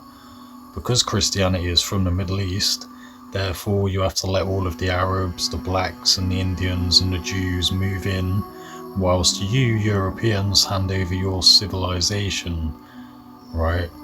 This is why the church depicts me as a devil, because I'm a blue-eyed white native of Europe. Hence again why the church accepts that non-Jews are Gentiles equals Goyim, which equals non-human beasts made to serve the Jews. And the church accepts this racism and hatred for the Jew who says we need their control. Because why exactly? Well, because the church was founded and set up by Jews as a tool to destroy Europeans. And the Bible said it all in Deuteronomy 2:8. Here we go, outlined in the pink square there. A Bible quote from Deuteronomy stating, "Foreigners who live in your land will gain more and more power, whilst you natives gradually lose yours. They, foreigners, will have money to lend you, but you natives will have none to lend them. And in the end, they, foreigners, will be your rulers, and they will rule over you." Okay, so the church is just a pawn for Jews to take over Europe, make white people extinct for their clergy plan agenda, whilst they try and make the whole world black slaves controlled by Jews. This is literally the teaching of the Talmud and that, right? And the clergy plan agenda. So with that being said, we can look into the mass migration that's going on in the world and see that it's actually all Jewish corporations and people funding all of this mass migration and refugees and all of this into Europe. Because of this Kalergi plan agenda, wanting to get rid of white people, make an easily controlled world of darker slaves that the Jews can take superiority and domain and control of and over for their Talmudist agenda. So yeah, when you start understanding that and clicking it all together, you start understanding how it's actually the Israeli Jews helping all the Muslims get into Europe to try and destabilize it and destroy white Europeans. Companies like Israel, funded by Israel's State of Foreign Affairs and 43 other Jewish organizations, are funding billions into all these refugees and sending them to Europe year after year. There's continuous headlines year after year about how Israelis and Jews call for widespread immigration to the West, how white people should be eradicated, how only Israel has the right and obligation to defend its border with any force, deadly force if necessary. But yet, the people in charge of our establishments, who happen to mostly be Jews, make the West leave our borders open and then pay to send all the refugees and foreigners here to try and eradicate us, as they say. The hypocrisy from these people is insane. They're just deceitful liars. And they can't handle it and don't like being called out when people become aware and wise up to the small print and the deeper truths there. Like, yeah, I was tagging the Church of England, Ireland, Knights Templar and all that on X months back, saying, you know what, fuck off too. Your establishment depicts blue-eyed white men as devils. You accept that non-Jews are Gentiles equals Goyim equals non-human beasts, and that we exist to serve Jews in human form, and we absolutely must have and need the control of the Jew who says all of this. It's a load of bollocks. Well, they blocked my ass for that. Hardly surprising though, is it? I see past all of your deceit. I see all of it. So, let's look at this again. Back in April of 2009, more than 122 members of Parliament at Westminster, London, signed a declaration which affirmed that there was no such thing as an indigenous people of Britain. This declaration, by members of the Conservative, Liberal, Democratic and Labour parties all combined together, said that there was no such thing as native people on our islands in Britain. They're trying to say the same about the Irish, implying that we're all just foreigners and that we're just a product of immigration. So this astonishing declaration, which took the form of an early day motion entitled The Rights of Tribal and Indigenous Peoples, noted the government's refusal to put the rights of native people on a legal footing with regard to protection against climate change. The reason why the government had refused to put these rights on a firm legal footing was the declaration said done on the grounds that there are no indigenous peoples in the United Kingdom. I mean, this just makes no sense, does it? The declaration went on to say blah blah blah blah blah, indigenous people of Britain, no such thing. Even though there are native people of Britain, you have the Scots, the Welsh, the Irish and the English. We can go back further and look at Celts, Picts, Aryan, Irish. What are they talking about that we haven't got natives? We have distinctly got our own tribes, indigenous Celtic nations still in the southwest in Cornwall, as explained prior in this video. We distinctly have our own race, our own tribe, our own languages, our own nations for thousands of years here, isolated from the rest of the world.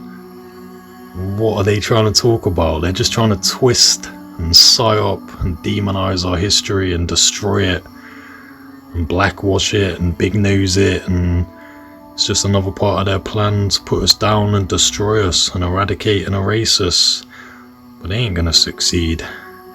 And again, this all stems from the Jewish Talmud and its quotes and beliefs, right, about kill all Gentiles and deceive and destroy the Gentiles. These are literal quotes from the Jewish Talmud. And you know, for the idiots also that want to say like, yeah, there's no such thing as native Brits, native British or English. Right, the thing is, there was native Irish, Tuatha and all that, Aryans. There was native Irish, there was native Scots, Picts and Norse, Scandinavian, back from Doggerland days. We was all one tribe, right? The Celts, the Irish Aryans, the native Brittonics, Picts, and the Norse, the Scandinavians who descended down and became the Germanics anyway. We was all one tribe who got separated and then merged back over time and reconnected, put our ways together as one race and tribe again, and created a modern society and establishment, hence England and Britain. So we're not a product of immigration. We are distinctly our own race and our own northwestern tribe, indigenous, who split apart and had slightly different ways. Very similar, 99% similar. We were distinctly our own tribes and nations and race prior to anything. So again, this is all just deceit from Jews designed to destroy white Europeans, deceive and destroy us, as their Talmud tells them.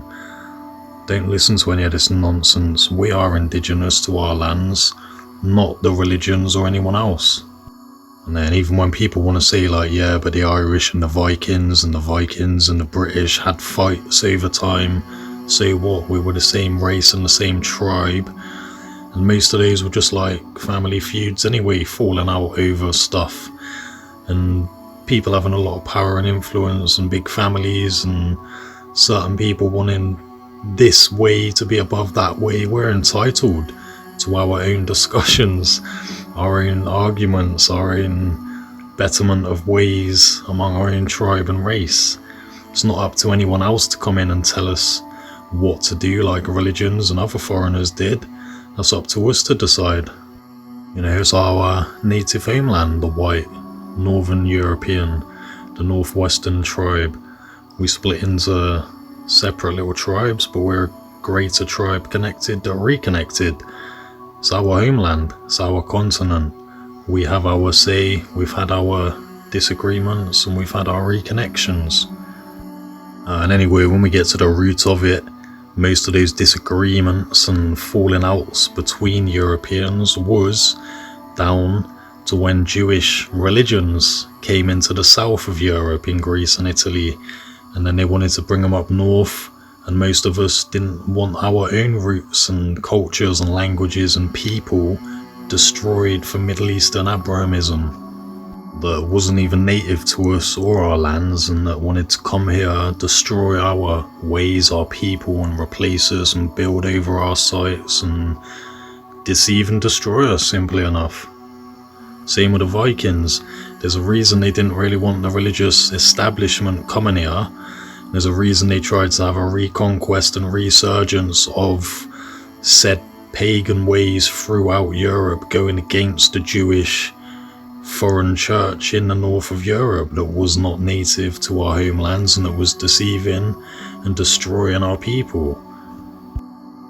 So if we look at this other post, it's true.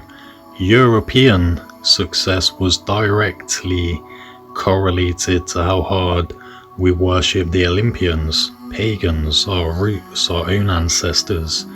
Europeans worship the Olympians the most before Christ or any Middle Eastern Abrahamic religion, and the result of us worshipping our own ancestors and paganism was us conquering the world twice, with pagan Greece and then pagan Rome. But after the Jews poisoned Europe with Christianity. However, Europe was then fractured into hundreds of opposing, separate, warring kingdoms. We went on to lose all of our strongholds in Asia, North Africa, Iberia, and Greece. And we nearly lost the entire European continent to hordes of Muslims and mongrels. Thanks, Judaism and Christianity, I guess. Not. Then again, after that, during the Renaissance period, Europeans started again honouring the Olympians, their own pagan ancestors, and of course, started going out conquering again. You know, the Jews don't like how strong and conscious the white Northern European is and can be, and they seek to destroy and deceive you away from that. They seek to pacify you and make you believe you're a sinner, born in sin, and you need repentance and Jewish control. The establishment does not like how much your own roots can empower you. So it's like they said, you know, it was even said, funnily enough, in the Bible. Like I said, there's bits of truth in there.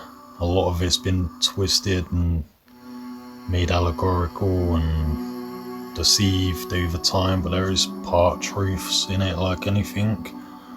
But you know, it's like Jesus said in the Bible, those Jews of the synagogue of Satan. So who runs the world? The white, black, grey Pope still work under the Talmudists, the Luciferians, the Holy Roman Merovingian, Zionist New World Order, the Vatican.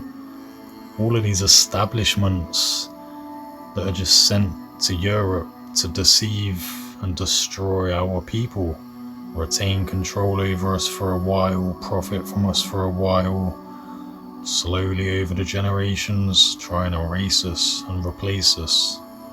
You know, that's why it started off in Rome. Obviously the Jews went to Rome, introduced Jewish Christianity and religion to try and conquer pagan Europe from the south upwards. Julius Caesar's bloodline was Jewish. There's a reason even Rome ended up falling out with Julius Caesar, and half his own people turned on him and killed him and said what Julius Caesar done to the northwestern Europeans and the pagans was a war crime. It was all found to be propaganda and lies and deception, what he'd wrote about us being primitive savages and all that. You know, it's just a load of Jewish bollocks, deceive and destroy. That was what Caesar's job was in the south of Europe, to implement and establish Jewish religion via Christianity and Catholicism and all that. You know, Abrahamic fucking institutions, and spread them across Europe for the Jews and for their deceit and power. So then, after understanding a bit more of that, here we have Pope Francis demonstrating the Jewish practice and Roman Catholic Orthodox Jewish tradition of Metzitza B'Peh, MBP, the Jewish tradition of orally sucking the blood off of a newborn baby's penis after circumcision. This thing is just fucking messed up. This is paedophilia and child abuse at the highest level, and we're made to think this is normal. This practice, also known as the snip and suck, has resulted in numerous babies contracting genital herpes and other STDs, some even leading to brain damage and death. So yeah, Pope Francis sucking off little boys for your god, you can keep that shit, I don't want no part. That's more like devil worship than some kind of worship of a loving God. I don't know what kind of God these people are following in the religious institution, quite honestly, but it's disturbing.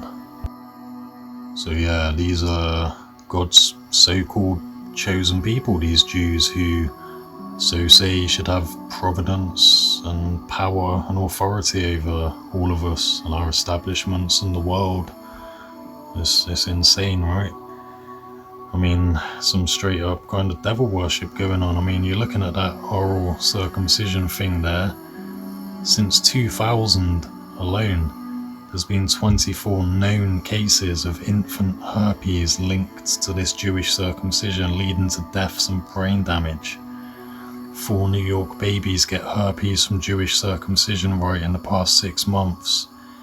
I mean, this should have nothing to do with Europeans. This is a disgusting Jewish paedophilic practice that has its roots in the Middle East. And we don't want this on our continent in the north of Europe. You can take this shit away. This is vile.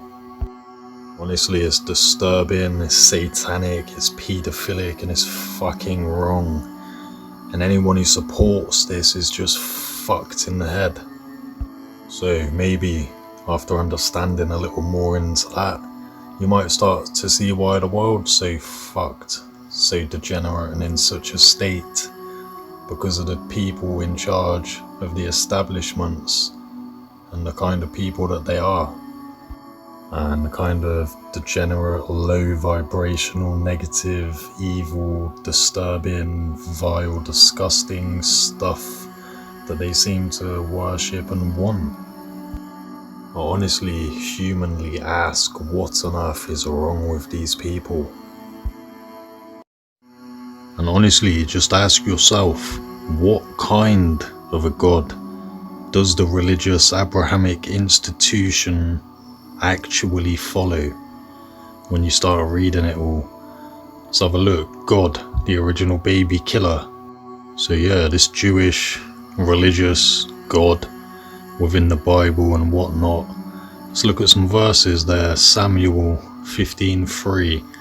Utterly destroy all that they have, slay both man and woman, infant and suckling. Numbers 31:17. Kill every male among the little ones and kill every woman. Hosea 9:14. O Lord, what will you give? Give them a miscarrying womb and dry breasts. 2 Kings 15:16. He sacked the Tipsah and ripped open all the pregnant women. Psalms 137:8-9. Happy is he who seizes your infants and dashes them against the rocks. Exodus 12:39. At midnight the Lord killed all the firstborn sons in the land of Egypt. Malachi 3:6. For I am the Lord, I change not. Sounds like fucking the devil, right? I mean, whatever God or Lord this Jewish religious establishment wants you to look up to, it's not good, is it? I mean, it's kind of evil talking about all this death and destruction and erasing non-Jews and killing babies and sucking baby dicks, giving them herpes and all this messed up fucking shit. You know, just trying to teach you that you're nothing, you're evil, your life's a sin. Evil little sinner, get on your knees and repent to us, your lords who kill babies and suck baby dicks. It's all a fucking complete, stupid, nonsensical joke. And yet these are the so-called children of God and God's chosen people, these Jews who control the establishments and religions, right? I don't fucking think so, to be honest. I think these people are the children of the devil, what they're teaching and doing to the world and our history and roots and people. And then you got this, Pope Francis says that it is a grave sin for people to reject illegal migrants in their countries. Well, that's a load of nonsense. Again from the Pope, on top of sucking baby dicks, the Pope now wants you to be replaced. Doesn't want native Europeans. It's no problem. All these illegal migrants come in, we don't know who they are, it's no problem. One other thing, Pope Francis, did not your Bible teach you that the Tower of Babel was bad and ruined the world when all of the tribes came together and became one? God separated them again and gave them all different languages to stop that. You lot are nothing but hypocritical deceivers, taking false charge of our systems and establishments as false messiahs trying to destroy us. You lot are the synagogue of Satan, as described by this Jesus guy in the Bible, right? The synagogue of Satan, the deceivers, these Jews who call themselves Jews. Revelations 3:9. Behold, I will make them of the synagogue of Satan, who say they are Jews and are not, but who do lie. Behold, I will come and make them worship the truth. Basically, that quote was getting at about these people are the false sons of God, the false people, the false messiahs in charge of our establishments. And they at 17:15, Deuteronomy 17:15, you are not to set over yourselves a foreigner who is not one of your brothers. So these Jews are not our brothers. They're trying to deceive and destroy and kill and eradicate and replace the white Europeans. We were warned about this. This battle is nothing new. And then again, like Galatians 3:28 there, about this Jesus guy again saying we are no longer Jews. Stop following Judaism. You know, it's nothing but evil from the synagogue of Satan. He was trying to tell the southern Europeans, the Greeks and the Italians, right? Like the quote there in Galatians, Jesus telling the Greeks, no longer be Jews. You know what I mean? Slaves, no longer be Jews, Greeks, or slaves. Right? Because the Jews are not European and Judaism is not native to Europe. And neither is Christianity or the church. It was kind of a tool used by Jews to get a foothold in Europe. Therefore, it was established and cemented and spread by half-Jews like Julius Caesar, who were half Jewish, half Southern European, who were trying to replace European heritage and roots and people with Jews and initiate a Jewish establishment over us all for control of us all and to deceive us all and slowly eradicate us all unless we convert and mix and become Jewish. You know, you see how like when Jewish Rome, religious Rome after the white pagan Rome, when the religious Jews came into Rome and started bringing their Christianity into Southern Europe and trying to displace white people, that's when they started trying to flood Europe with migrants, Arabs, blacks, Jews, Indians, non-natives, right? And that was the whole part of it.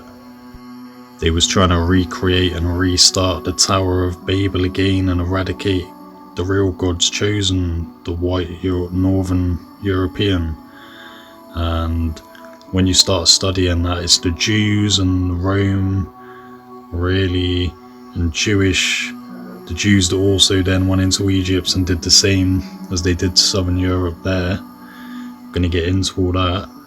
But yeah, it's the Jews behind all of this multiculturalism, Tower of Babelism, and trying to force everyone to become one and destroy all of our cultures and roots and make us all into one easily controlled population and race owned by the Jews, right? Rome were the pioneers of this multicultural society, really. They were the ones that had to get all the numbers and keep bringing all the Arabs and the Middle Easterners and the Asians and the Jews over to try to conquer pagan Europe, because they could never do it alone, could they, the Jews? They had to recruit the whole rest of the world and turn the entire world on white Northern Europeans and try and have the whole world versus. And that's what it turned to in the end in Britain and Ireland, right? These two tiny islands held off like 6 or 7 Roman invasions before they had to come back and invite other races and other tribes and Asians and Africans, and it was the start of recreating the Tower of Babel again, what the Roman Jews did. Now this bit here real quick, I'm not going to say too much on it, but isn't it very interesting about Princess Diana's death? She didn't like the circumcision ritual, right? She didn't want her children being circumcised by this certain Jewish rabbi who was in charge of circumcising King Charles and most of the rest of the royal family.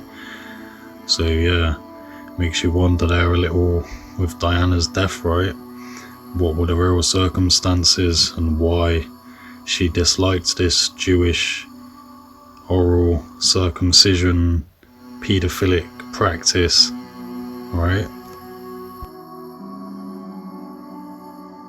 So then let's look at this, because this is just fucking vile and disgusting. And look, listen, as much as I dislike certain things in Islam and think is fucking backwards and disgusting as well, a lot of people ignore this about Judaism, which is just as bad, if not worse in some aspects, what it teaches. So yeah, in my opinion, the Talmud and Judaism at the core does nothing but promote paedophilia, terrorism, discrimination and hatred for most of the planet, right? So let's look at this, some passages from the Talmud. Yevamot 57, Rava said, we too learn a girl 3 years old and 1 day can be betrothed via sexual intercourse, right? You're talking about sexual intercourse with 3-year-old babies once they hit 3 years old and 1 day. That's okay? What the fuck is that? Right? Hence, it teaches that older Jewish men are permitted to have sex with 3-year-old babies. This is reflected in many passages in the Talmud. One is Nida 44b, another Sanhedrin 54b, 1923. This is in the Torah, also another Jewish holy book. And Shmuel says the Torah does not deem the intercourse of a child who is less than 3 years old to be like that of one who is 3 years old and 1 day. Like, what are you talking about? What pieces of shit support that? I'm glad at least there's a thing there online.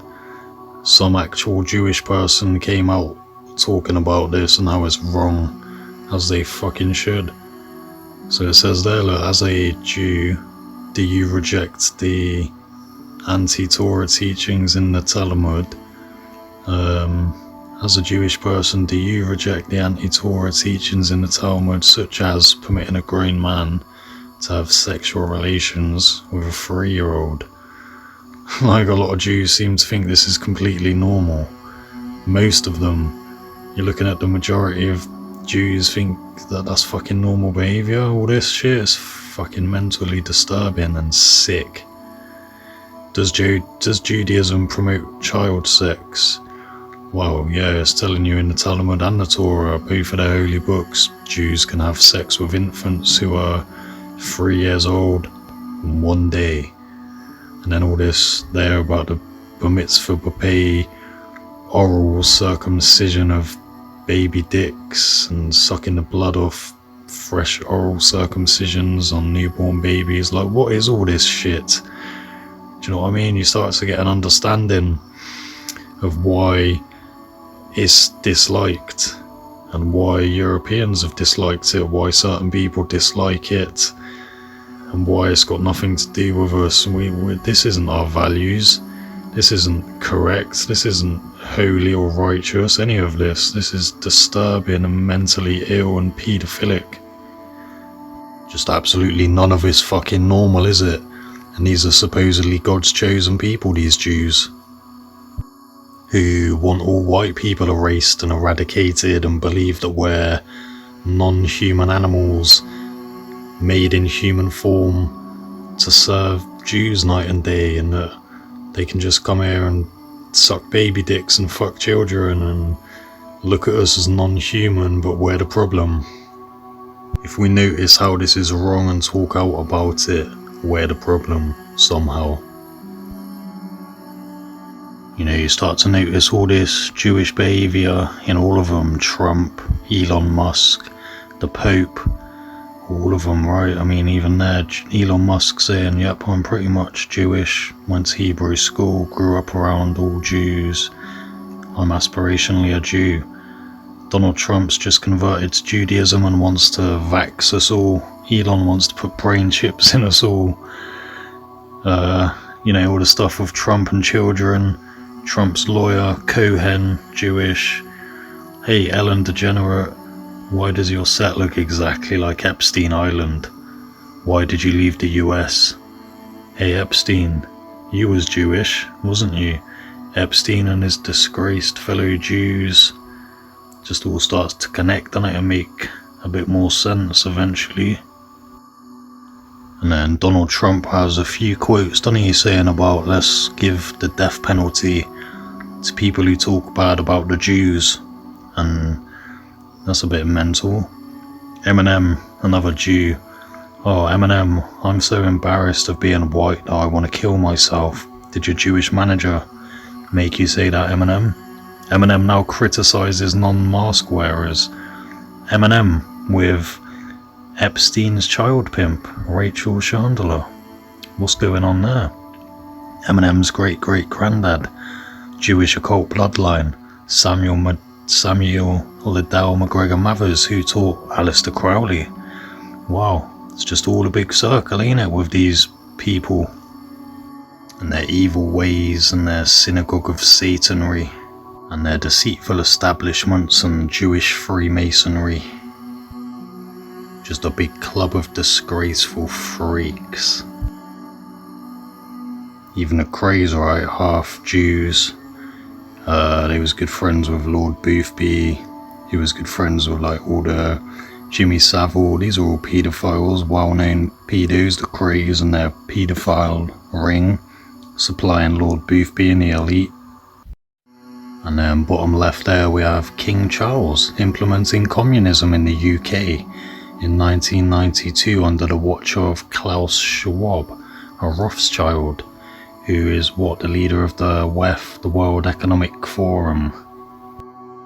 So yeah, the World Economic Forum, Klaus Schwab, he's a Rothschild, Jewish. You know, he was born to Jewish immigrant parents and all that. So then another thing, it's just the whole thing, the whole establishment is run by these false deceivers. And then even MK Ultra, all illegal human experiments designed by Sidney Gottlieb, who was funnily enough again a Jew. And yeah, he was the gentle-hearted torturer, born in the Bronx to Jewish immigrant parents. Went and received a PhD in biochemistry, started the illegal projects of MK Ultra, psychological warfare on white people, all these illegal human experiments. You know, the Talmud, the Jewish holy book, teaches that there are 8 genders. It's fucking mental, isn't it? And then who's behind all the LGBTQ woke nonsense, trans lobby? It's all again Jews, right? Because of their 8 gender belief in their Jewish Talmud and holy book, they were the ones pioneering all of this transsexual crap, trying to use MK Ultra to brainwash it into people, to destroy and dilute and eradicate the white race and all this for their agendas. And then that's why people like Bob here, Bob from Soko Films, is showing his true colours, what a deceiver he is, and a lying, evil little shitbag he is. Because when asked recently, do you think it's okay to replace white people with black and brown people. Bob said, yeah, it's fine to replace white people as long as they're Christians. Well, for a start, there's no need to fucking replace anyone, is there, you weirdos? That's all being forced. It's a weird, stupid, woke, evil agenda that's trying to be forced by these kinds of fucking idiots. Talmudist Jews. People like Bob are just straight up little pawns. Talmudist demons deceiving white Europeans and Christians into their own destruction for the Jewish Kalergi plan agenda. Bob also said Jews, Christians, Zulus, Arabs, we are all one tribe and that white people don't exist. Nonsense, Bob. You sound like you want the Tower of Babel again. Jesus in your Bible told you we're no longer Jews. They follow the synagogue of Satan. God smashed down the Tower of Babel and told us it was bad to bring all the tribes and races together as one. We need to retain our own and be our own and have our own tongues and languages. So what the fuck are you talking about, Bob, you hypocritical Talmudist Jewish demon? And then again, Bob from Soko Films says here, absolutely nobody is replacing us. We are killing ourselves through abortion, divorce, contraception, and an addiction to the 1960s revolution. Secondly, I do not identify as white. I am a Christian. If I was not, I would say Saxon, but definitely not white. Alright then, Bob. You've just confirmed you're a Talmudist Jew who hates white people and that you're working for the Kalergi plan agenda. Simple. You just talk out your ass there, Bob. You contradict yourself, talk bollocks, and completely ignore the Jewish hand in our authorities that are allowing our borders to stay open, promoting and funding mass immigration, bombing other nations in our name and image to create refugees to constantly send here, ignoring how it's all the Jews creating MK Ultra, PSYOPs, all this fucking nonsense going on, all the trans lobbies and agendas. Bob is an ignorant, deceiving, lying little demonic spawn of Satan Jew, Talmudist.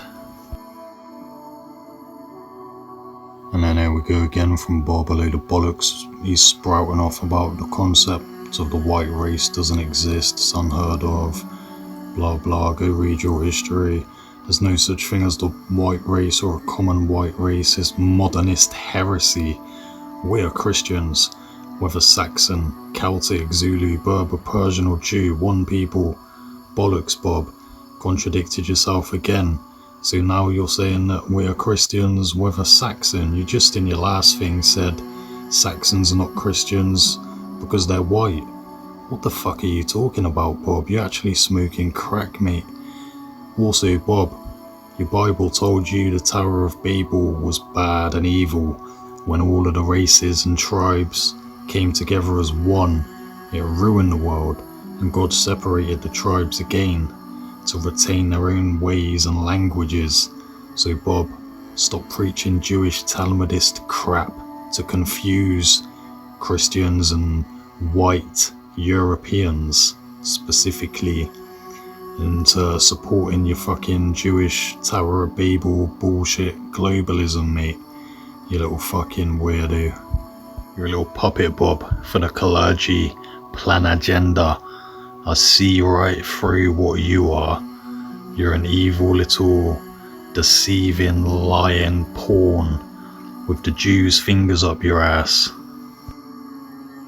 And typically, like the rest of you, with influence and voices and power within the establishment, you all act righteous and holy, nice and kind, but you're a bunch of deceiving Satan spawns.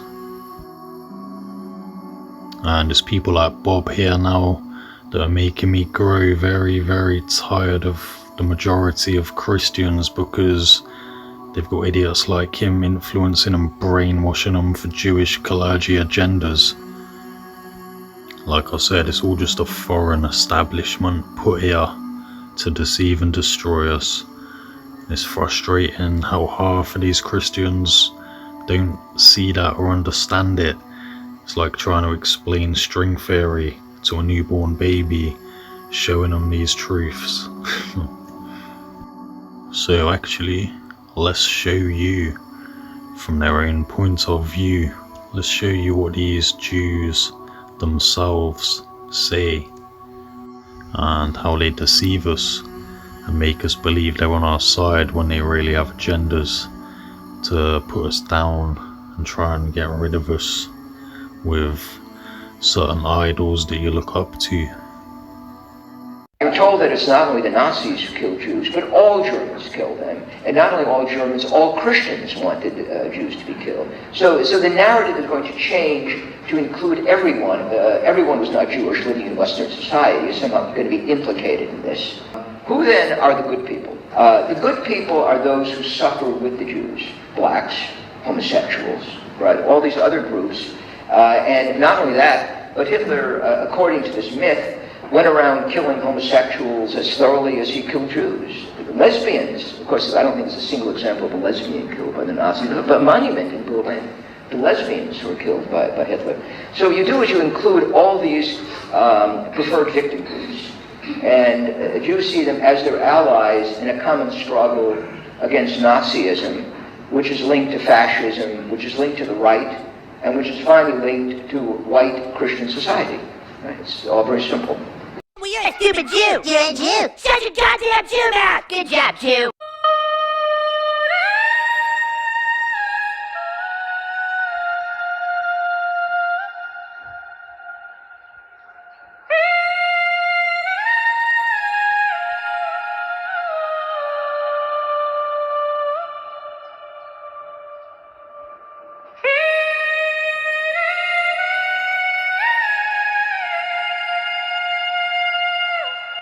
יום אחד. אמורים להיות. אבל מה זאת אומרת, כאילו, אמורים להיות? לפי מה שכתוב בתורה, הגויים אמורים להיות העבדים שלנו.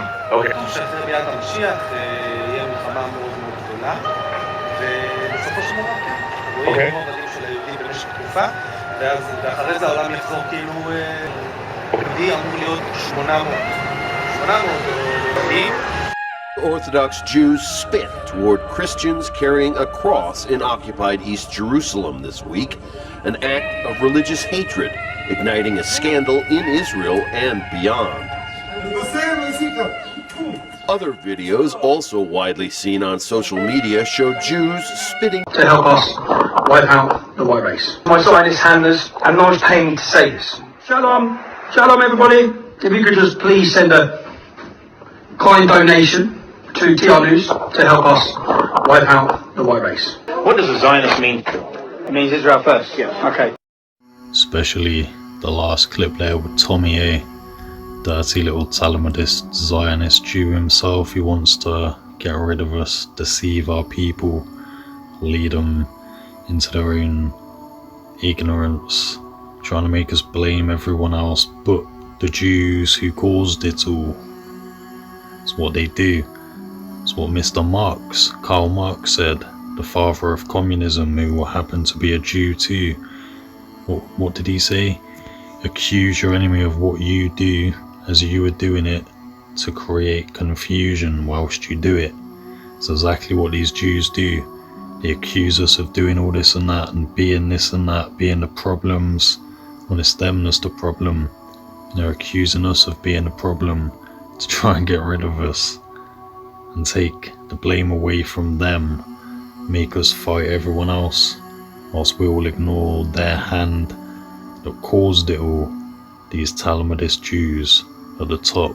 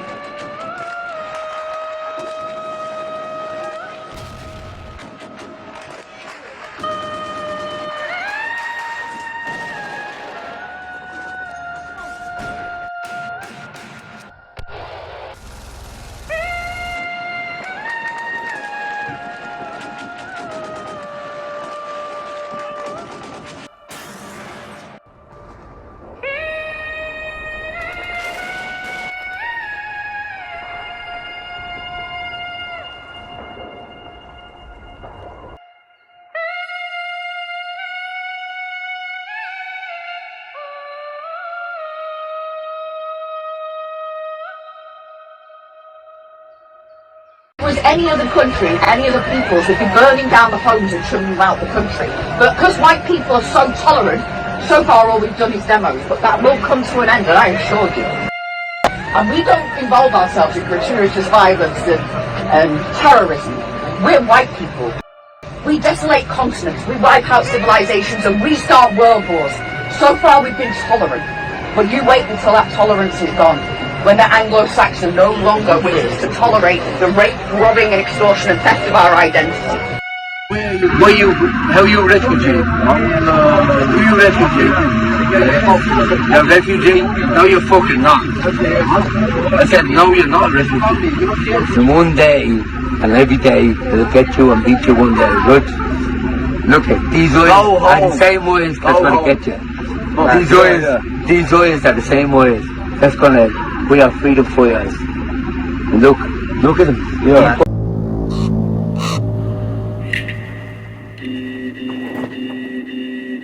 The wrath of the awakened Saxon. It was not part of their blood. It came to them very late, with long arrears to make good, when the Saxon began to hate. They were not easily moved. They were icy, willing to wait, till every count should be proved, ere the Saxon began to hate.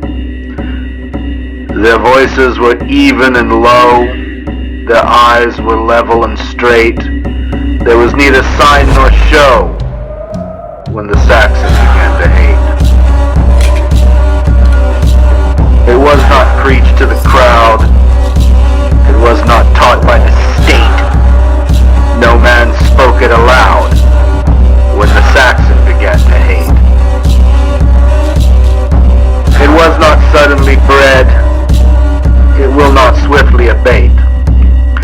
Through the chilled years ahead, when time shall count from the date that the Saxon began to hate.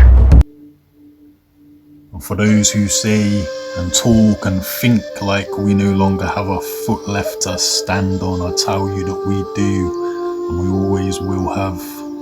And the answer, as I'm telling you, is there in plain sight. And it is time for the people who want betterment, who want our own ways, to unite and reclaim and gather. Because there is nothing wrong with having the right to defend yourself. That's a God-given right, the right to defend yourself. And we are being occupied by foreign establishments to our islands, trying to deceive, divide and destroy our tribe. We have the right to resistance and preservation. These false messiahs and deceivers and demons in charge of our establishments that give us a bad name and do and say bad in our image to deceive the world and create hatred for us are the problems. And we are waking up to it. Our lands are waking up to it once more. And this establishment does not care for the native people because it is a foreign establishment in our lands. It's an Abrahamic foreign institution that came and raped our lands, deceived our people, and tried to desynchronize us from our own nature, roots and connections to our own ancestors and lands.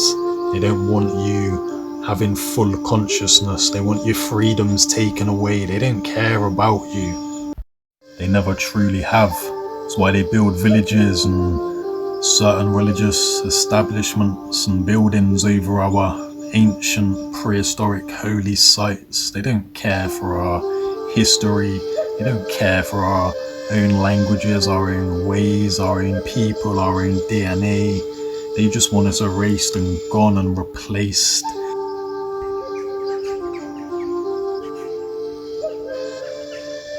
And I'm also going to get onto the pentagram, which is hilarious. How people think that it's something bad, negative, evil.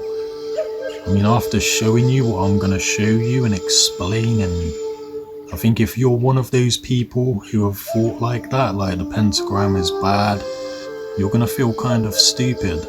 after realizing the truth that it's been demonized for a reason, to keep you from deeper connection to the universe and understanding of natural, sacred geometry of life and celestial cycles.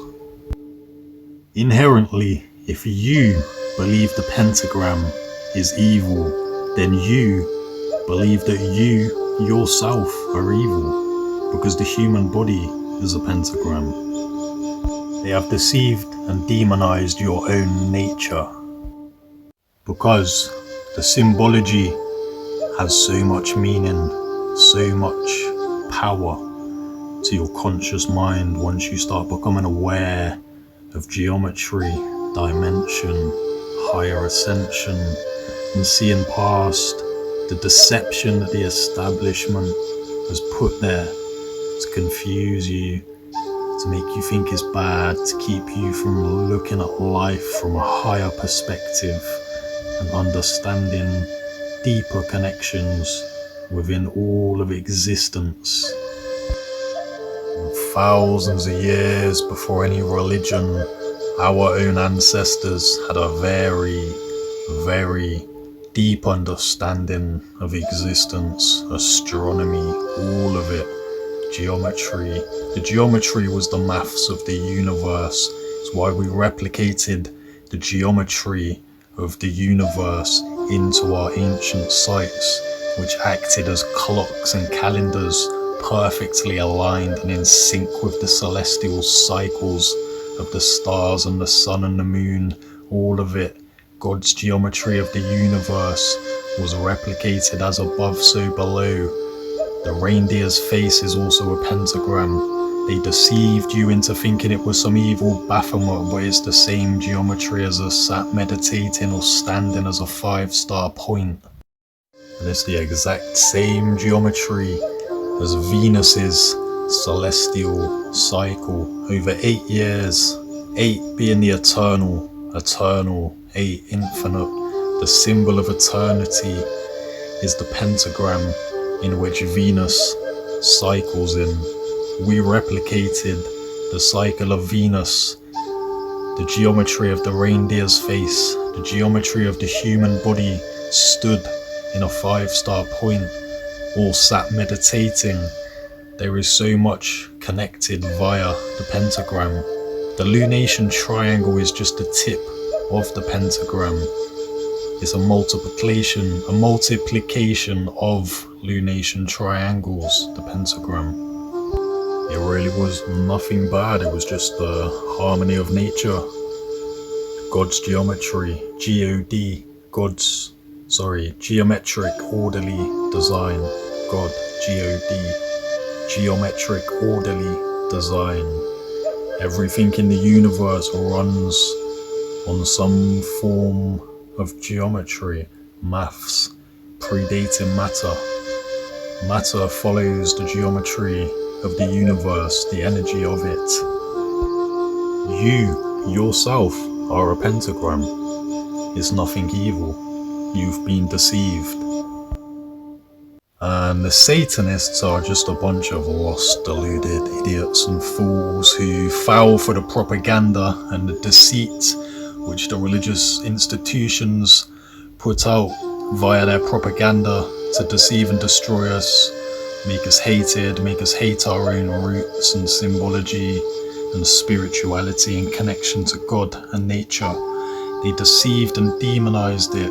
And these Satanists are the idiots that fell for that and took that on and gave that image its name, gave that symbology that bad look and that bad name, because they took the deceit and they ran with it and applied it in negative ways, and they have demonized and twisted our symbology and our sigils and done bad with it. And they're a bunch of lost sheep, unfortunately. There's nothing evil, nothing bad about the pentagram whatsoever. It's just natural, sacred geometry and maths of the universe, which, when studied, gives you a deeper understanding and connection to the universe. And I will also get onto this pentagram here in Wiltshire, the ley lines, soon, because each 5 points of the outer pentagram ley lines was an ancient prehistoric site like Avebury Stone Circle, Marlborough, Merlin's Mound, etc., as well as the so-called Devil's Den, Dolmen, Barbary Castle, all of the chalk horses. A lot of stuff resides, a lot of prehistoric stuff resides within this Wiltshire pentagram ley line, which I put together myself actually from looking at a map and seeing it in my head.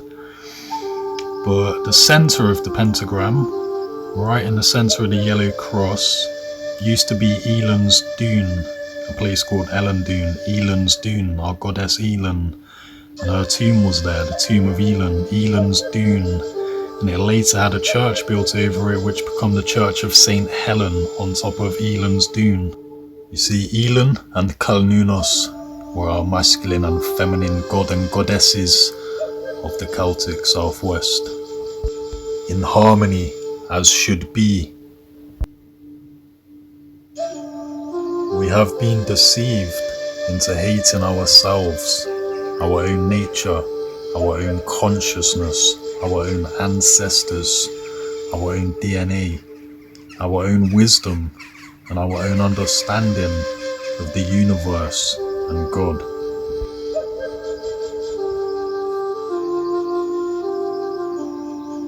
And so in a way, I kind of feel sorry for what I call the zombies, who are just a brain-dead sheep who fell for the establishment's deception and propaganda to put you down. Right, so I feel sorry for those kind of zombies who genuinely believe that our pagan knowledge and wisdom was something evil, when it was the foundation of all, and it had such a deeper connection to the universe, existence and life than any religion. Religion severed the deeper connections, demonized our roots to keep us asleep at the end of the day.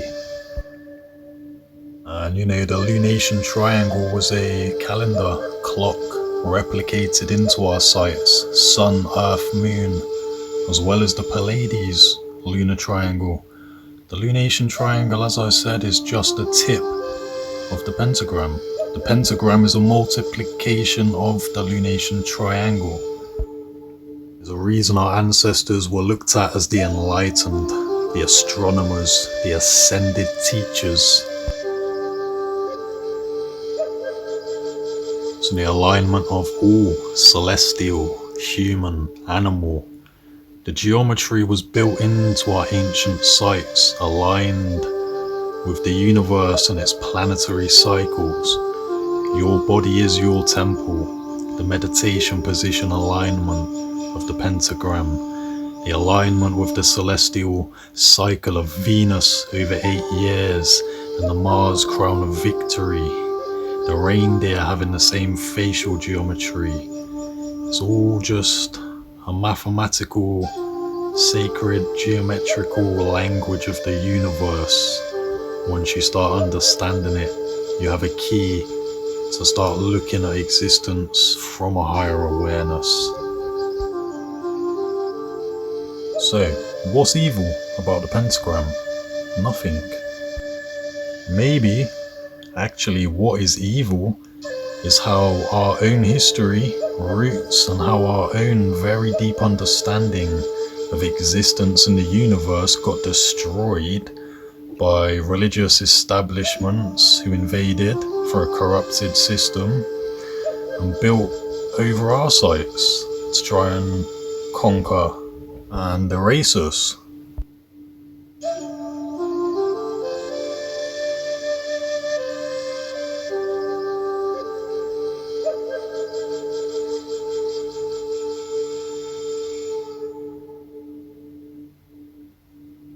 You know, like I said, geometry is maths. It's a key to understanding the universe and cycles and things beyond matter. Look past the matrix, understand geometry and see how it connects everything celestial, human, frequency, somatics, everything. Certain people don't want you unlocking the true power of your mind. Those in charge of our establishments and religious establishments. Existence is maths. And unfortunately, this is how dumbed down most are, that they are so brainwashed by an establishment that they defend that establishment designed to destroy and put them down and rid their own history and roots and DNA via propaganda, lies and demonization of, to avoid them understanding their own nature and roots. So if you believe the pentagram is evil, then inherently you believe that you yourself are evil. You believe nature and existence is evil, animals are evil, planetary cycles are evil, your human body is evil. Think about it. You have been deceived by nonsense. Religions designed to scare you away from deeper connections to the universe.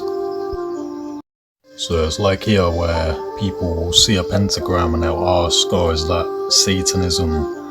And I'm like, no, it's natural, sacred geometry of the universe, of celestial cycles, Venus, human position, standing or meditational. It's natural, sacred geometry of the universe which we replicated into the ley lines of our ancient sites. It's nothing satanic, so stop the religious indoctrination that ruined our true roots and spiritual history, simply enough. And yeah, the guy was like, basically, oh, fair enough, just the Hebrew letters and the goat made me think otherwise, hardly the best image to pick, but I'm with you on the ley lines. And this is also the thing, like I've just explained, it's not a goat and it's not a Baphomet and it's nothing satanic. Idiot Satanists took on that image and gave it that name, falling for the propaganda. It's a reindeer. It was native to the northern lands. It's going into Elon and Christmas and all the origins of that and the winter solstice and Christmas and the ascension, the meditation, all of it. The astronomy, it's geometry. They twisted our roots and symbology and our history to try and give it a bad name and make us think we're not as old as we truly are. They disconnected most from our own nature and roots. There's nothing evil about the pentagram. It's sacred geometry and a lot of things. Like I was saying, in animal life, human form and the meditational positions, the celestial cycles of Venus and Mars' crown of victory over 8 years, etc. You know, we held a lot of astronomical and spiritual ascension knowledge in our ancient sites, the outdated Egypt, etc. And we replicated that celestial, astronomical and spiritual knowledge and geometry in our ancient sites between the ley lines. The Satanists are stupid. They fell for the religious invaders' establishment's propaganda that our pagan roots were all bad and evil, and they took on that way and they applied it to our roots and helped to demonize them, in all honesty, so more fool them. Because it is true that our roots and our knowledge is pre-Egyptian, pre-Abrahamic, all of that. And our people are realizing a lot of this again, about what these invading establishments have tried to destroy and hide from us. Your body is the temple and God dwells within the meditational position. The ascended consciousness of the serpent rising, the pineal gland activation atop Jacob's ladder, 33rd vertebrae, all of that, right?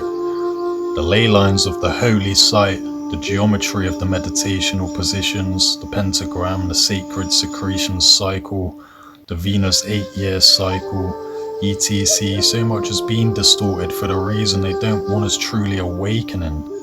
And they don't want the masses awakening and taking back their own consciousness and their own powers and taking back their own lands and ways. You know, they twisted all of our older pagan roots and symbology, which was the foundation of all. You know, these people who think this is some evil Baphomet and all that, it's a deer. Like I said, it's a deer, not a goat.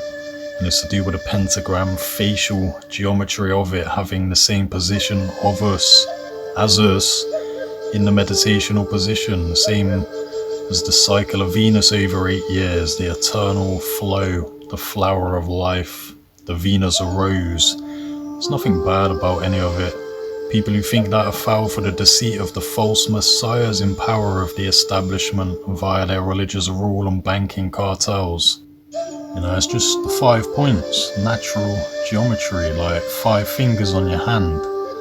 For argument's sake, let's just say your fucking thumb's a finger. 5 limbs on your hand, right? 5 fingers on your hand. 5 points. 5 points to your body. Arm, leg, head, etc. Standing star, jumping jacks, pentagram. It's a multiplication of lunation triangles. And that's also what our sites, ley lines, acted as: clocks, calendars, powered by the sun, in sync with the stars and celestial cycles of nature, eternally set in stone. It's just nature, it's beautiful geometry that connects all things. So like I was saying to this guy about, he commented saying the reason the world's going to shit is because people are turning away from religion. But the religious establishment is full of so much corruption and deceit that it's no longer giving people a connection to God, it's just a belief in. And that's why our own roots are coming back. So, you know, I said to him, God existed long before religion, brother, and it will long after any man written books. It's all deceit and control systems designed to pacify and destroy and weaken us, sinners who must repent. God is pure consciousness and love within everybody. Ascended consciousness reborn through wisdom, love and understanding and meditational cycles of the sacred secretion. You are all children of the Most High, and you are all God, so you're not told. Your body is the temple, and God dwells within, as shown. There's truths in all things, in part, and it's the small print that most ignore, that are put in plain sight, telling us how, and showing us why we're deceived and how they want us destroyed. Whatever your belief, there is only one true creator, God of all, above the universe, and anybody who seeks to understand and connect to it within is on the right path. And you will hear of wars to come, and a final war, but be not alarmed, for this must take place. Us getting into what I believe with transhumanism and Project 2045, Project Avatar and all that, merging man and machine, severing us from our nature. But they shall destroy themselves, and the meek shall inherit the earth. It's coming down to a final battle of just good versus evil. Evil is more common than pure love in this world among the masses, because they're deceived and psyoped and turned certain ways by the ones in charge of the establishments and entertainment systems for certain agendas to deceive and destroy us over time.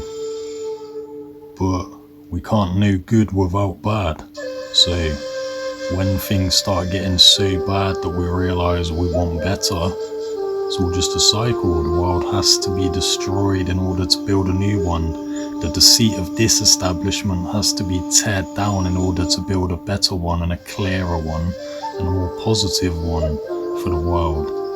But who wins that war of good and evil? That's the question it's going to boil down to. You know, a resistance of people who just want better for our fucking lands and people against those possessed by evil. Because no religion is actually native to us or our lands at the end of the day. They all came here kind of destroyed in ways, built over our own ancient holy sites and places. Church implemented older pagan truths and incorporated them actually, and then twisted them to deceive the next generation.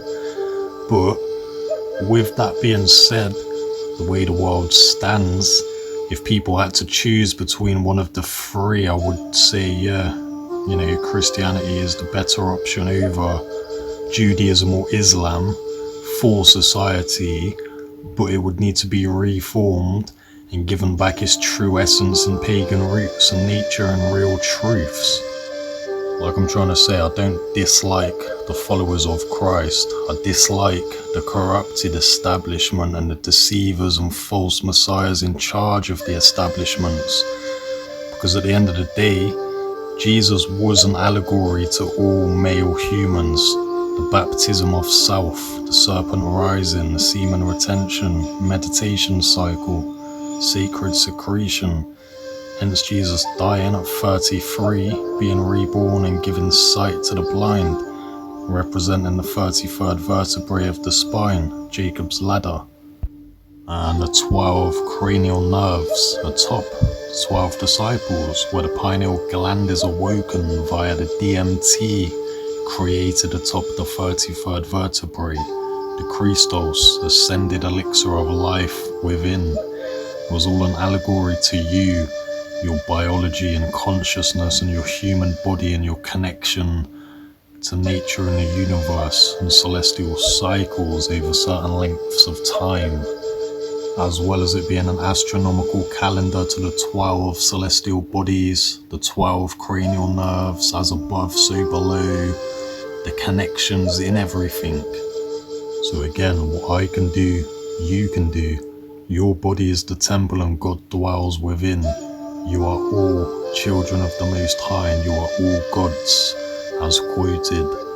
The deeper that you study existence, the deeper you realize everything is connected. Jesus is an allegory to human male anatomy and ascension, as well as the solar system's celestial cycles, as above so below. Sacred geometry connects all beyond dimension, the language and maths of the universe. You know, religion was just a tool created to control. It has some truths, yeah, but has a lot of deceit and lies too. You don't need religion to understand God and existence and be a better person. Because the reason the world is such a state is because of those in charge of our establishments. And we shouldn't be empowering them, we should be tearing down the deceit and rebuilding the truth. It's up to us to rise.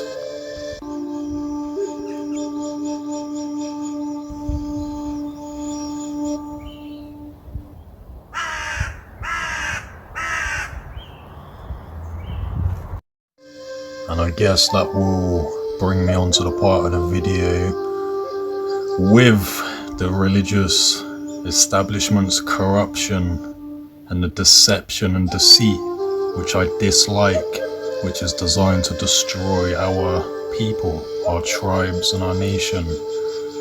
And the small print within the religion, which most people don't look at or read, unfortunately, to see that it's in plain sight how they want you destroyed. But with that being said, I also want to make it clear that my problem is not with the followers of Christ, it's with the establishment and those in charge of it, deceiving you, taking your kindness for weakness, trying to deceive you away from your own spirits. For we wrestle not against flesh and blood, but principalities and the rulers of wickedness in high places, right? And unfortunately, your religious establishment also has been infiltrated by false messiahs and deceivers who wish to see your destruction, who wish to see our tribe and land erased for their clergy plan agenda. So I'll get into this bit next about even the Bible was saying about God's chosen tribe were the enlightened, the white, those that were the least lactose intolerant, etc. Because many times throughout those historical accounts, you're actually told in those teachings about the Nazarites and Jesus being whiter than milk and purer than snow. This guy, Michael Amato, sounds like a Jewish Italian, says no, Jesus was black. If he was white, the Bible would have said it. Well, it did many times.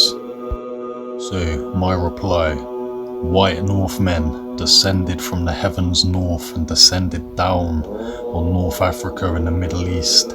We taught you and you twisted our history and blackwashed it for the big-nosed demons We were the God's chosen few, the enlightened who descended from the heavens, the A10 Aryan, in Irish, Aryan/Nordic. We descended from the heavens and taught you. Doggerland was the great flood. We descended from the heavens down, the A10 Aryans. The Aryan equals Irish equals Aryan. Irish in the Irish language is spelled Aryan. Nordic, Germanic, IC1. The icy ones, the northern men, the icy ones.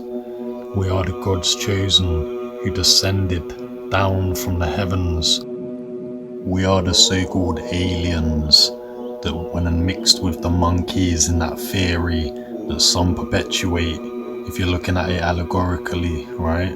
At least the Native Americans had the balls to admit it. They was taught by a pale-skinned, enigmatic, moon-eyed race who descended from the north. Osiris was a traveller from lost lands to the northwest, the Atlanteans and all that, right?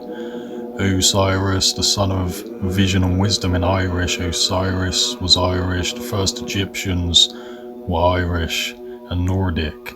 We descended from the heavens down. O before a name in ancient Irish means the son of.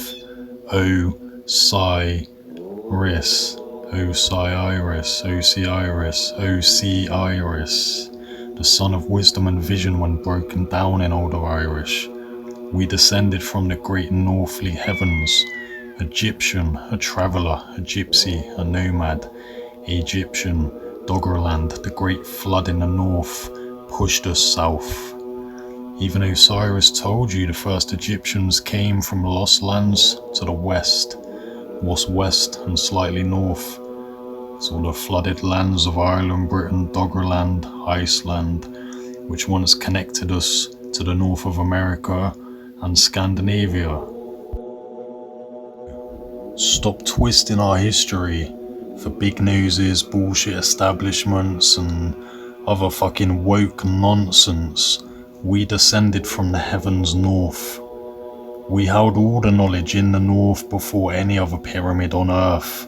We held all the ley lines, all the fucking celestial cycles, all of it, all the knowledge that was then put into the American and Egyptian pyramids and so forth was all held in Ireland and Britain 1,000 years prior. We held all of the knowledge.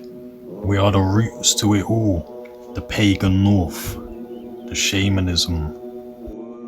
We held the Pleiades and Orion, ley lines and star maps in Ireland and Britain long before Egypt. The oldest sites are in Western Ireland, over at the collapsed pyramid cairns and tombs, Carrowkeel, Carrowmore, Sligo, etc. And then Central Ireland, Loughru, however you want to pronounce it. And then going on to East Ireland at Newgrange, and then Stonehenge, and then Egypt was started near 1,000 years later. You know, you see how most people know about Newgrange, Brunaboyne, but they don't really know about Old Grange, Loughru, Carrowkeel, Carrowmore, the much older sites going west in Ireland. You know, you can follow the ley lines, follow the star maps, follow westwards along the Orion's belt there, from Newgrange to Loughru, all the way up to Carrowmore and Carrowkeel, the older ones in the west. And then obviously the blue eye of Horus, the blue-green eye. And the profile of the ancient Egyptians, the same as the accounts of Jesus and the Nazarites, etc. They all fit much more in line with white European Northmen and women than modern Jewish Israelis or anybody else. And obviously this is a touchdown on pre-biblical era, so it'll be going back into what I was saying about a great northerly descent. Jesus with the blue eyes and blonde hair, becoming a settler in the Middle East, north of Africa, whatnot. And then obviously darkening out a little over time, you know, not being as pale anymore. as the years progress and generations, you can look at it allegorically as a migration of people with a wise man teaching and leading them.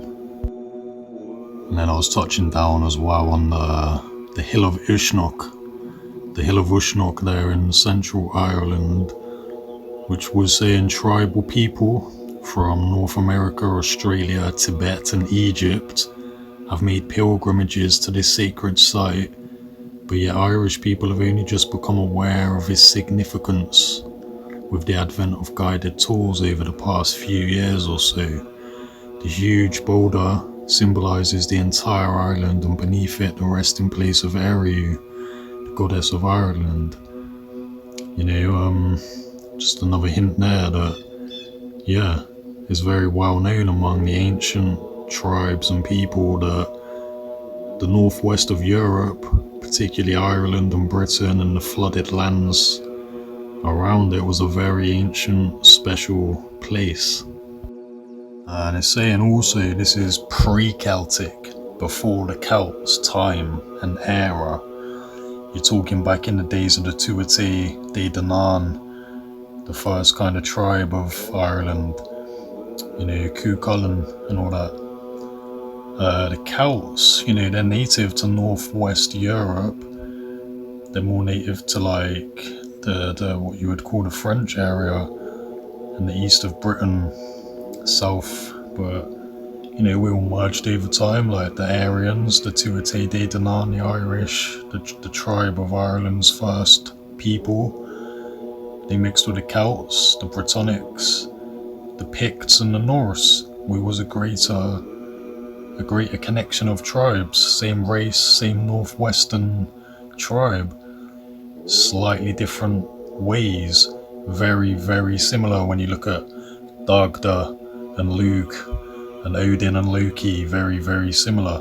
When you look at the symbolism, you know, the tricresta, the Nordic triple triangle and all that, it's everything's very similar, just slightly different, because we're all brothers and sisters and cousins from the same tribe, just became neighbours spread out over the lands.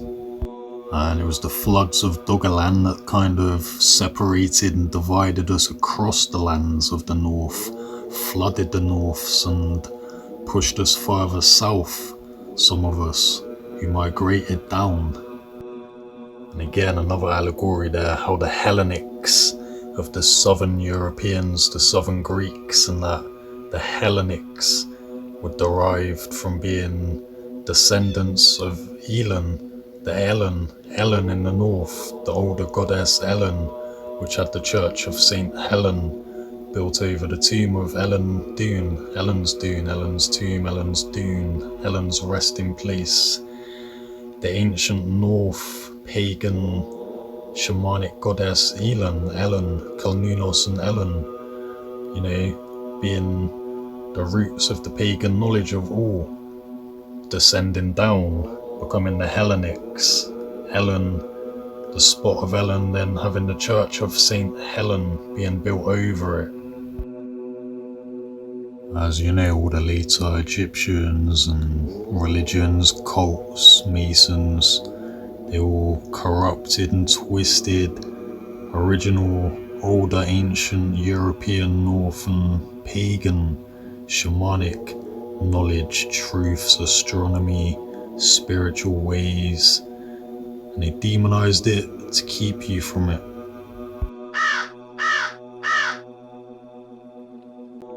So, after understanding the descent from the north, let's look again at that historical sources on the description of who you are told Jesus was, which is the allegory for male anyway.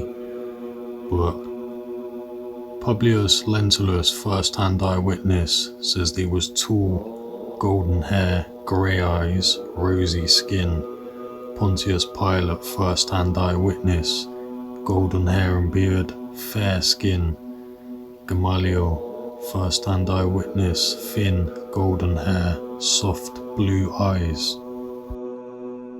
So, So another one is an allegory for the great northern descent, the northern white tribe descending down into North Africa, the Middle East, northern India, etc. So let's look at this where it says Adam, Abraham and Jesus were white and not genetically related to Jews or these who call themselves Jews. So here we have a biblical description and meaning of Adam. Adam, to show blood in the face, i.e. flush or turn rosy, be dyed or made red, ruddy. So the very definition of Adam's name is to blush. There is only one race on earth which can visibly blush, the white northern race. And throughout the Bible, Jesus is called a Nazarene or a Nazarite over 30 times. So what does that mean, a Nazarite or a Nazarene? Let's look at what the Bible tells us in Lamentations 4:7. Her Nazarites were purer than snow, they were whiter than milk, they were more ruddy in body than rubies, and their polishing was of sapphire.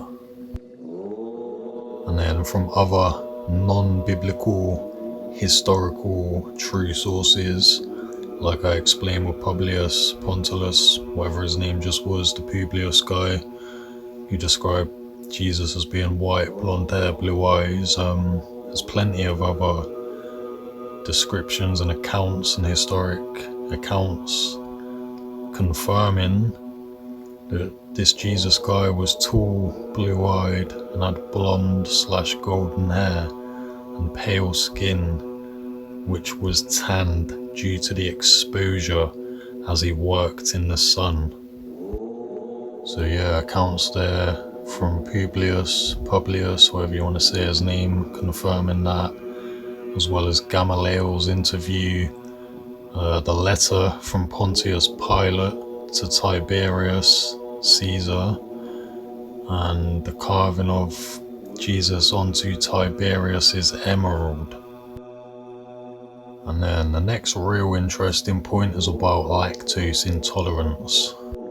So this Abraham is recorded as eating butter and milk from a cow with his wife Sarah, Genesis 18:8. And he took butter and milk and the calf which he had dressed and set it before them, and he stood by them under the tree, and they did eat.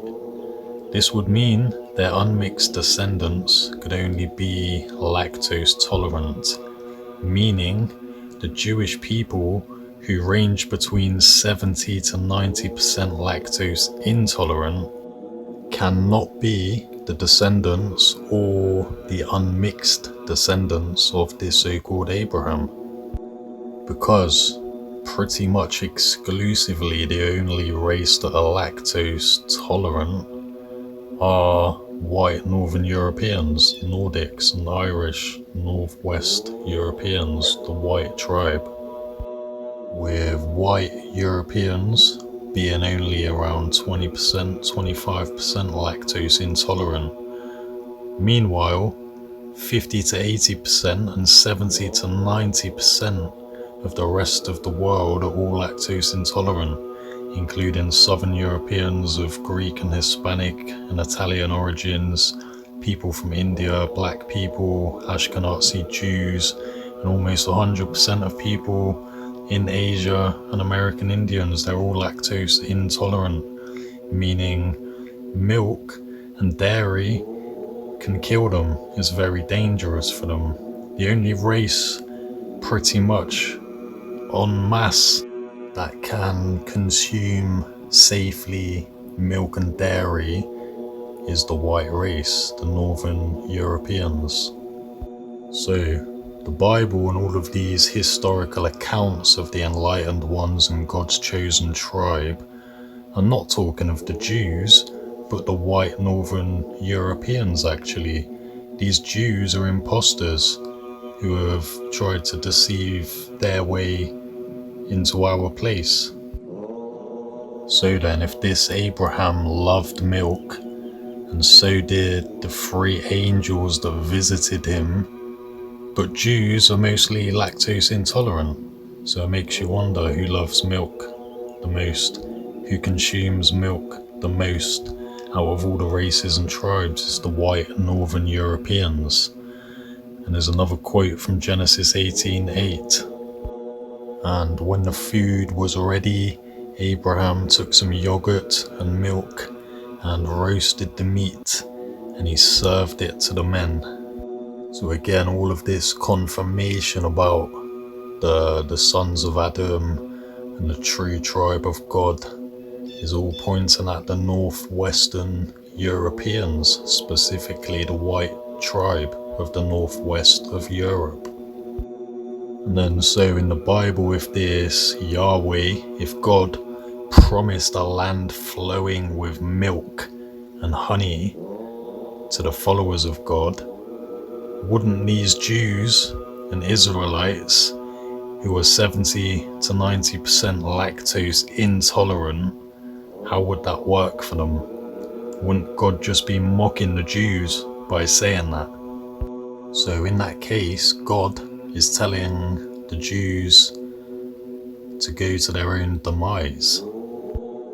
So yeah, it just wouldn't make any sense, would it, that the so-called chosen tribe and followers of God would all be lactose intolerant when it describes them all drinking milk and stuff.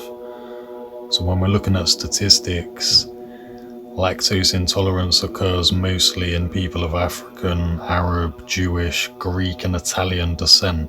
So people of the southern world, right? It's northwestern Europeans pretty much exclusively that are lactose tolerant. We can digest milk, no problem.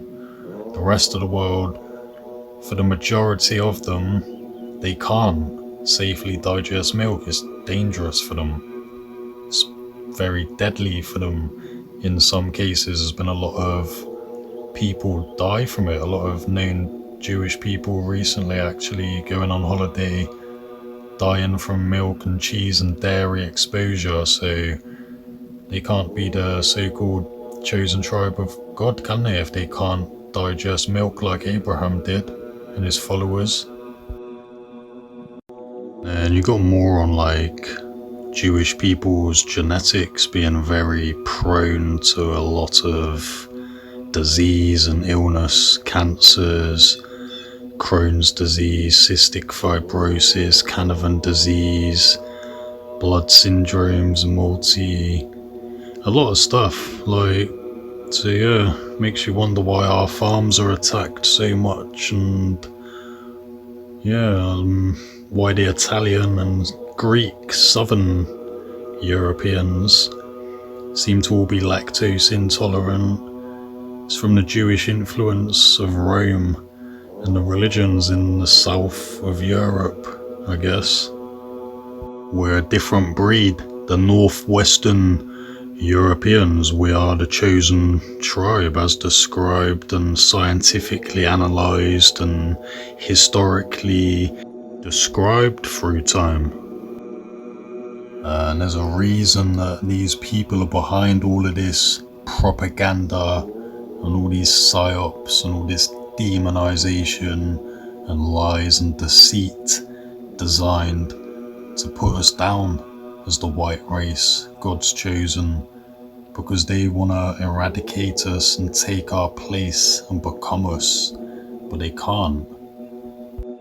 So instead, they make everyone hate us. It's trying to eradicate us and get rid of us, whilst they step into our place. Those deceivers and false messiahs out to destroy us.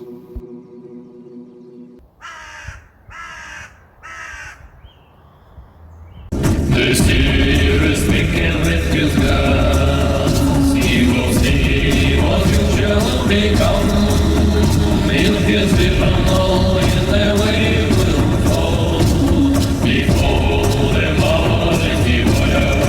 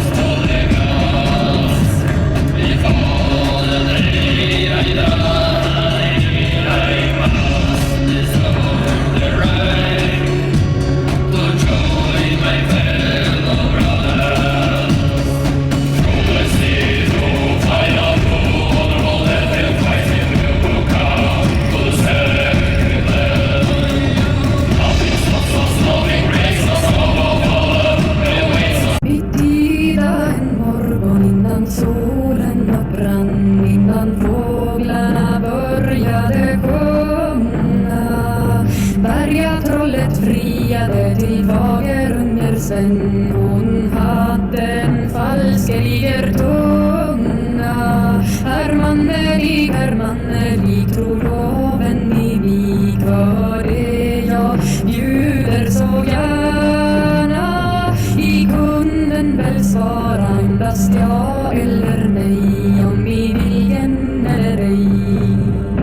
Eder vill jag giva de kvarnarna 12 som så mellan Tillö och Tärnö. Senarna det är av rödaste guld och julen silverbeslagna. Herr mannelik, tror loven i vik. Hör det jag bjuder så gärna. I kunden väl svara endast ja eller nej, om vi viljen eller ej. Eder vill jag giva ett förgyllande svärd som klingar utav 15 guldringar. Och strida hur vi strida vill, stridsplatsen solen i välinna. Herr mannelik, tror loven i vik. För det jag bjuder så gärna. I kunden väl svara endast ja eller nej, om vi viljen eller ej. Eder vill jag giva en hota så lyden bästa i lysten att slita. Inte är hon sömnad av nåd eller tråden virkad av silken vita.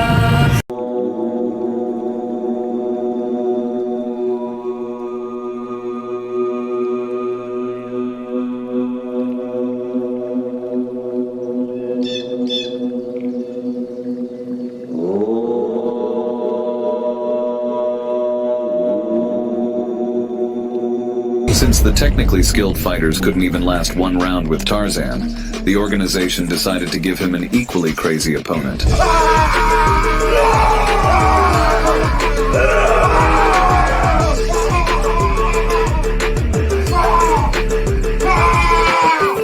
This jacked giant's name is Geronimo dos Santos. At the press conference, cocky dos Santos tried to break his opponent's spirit by intimidating him, but he didn't expect Datsik's level of insanity to be much higher.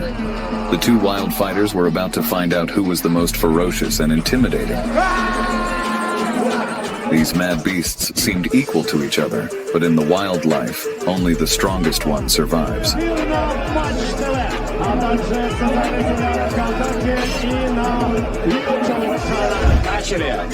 As the fight began, Datsik showed his opponent who was at the top of the food chain.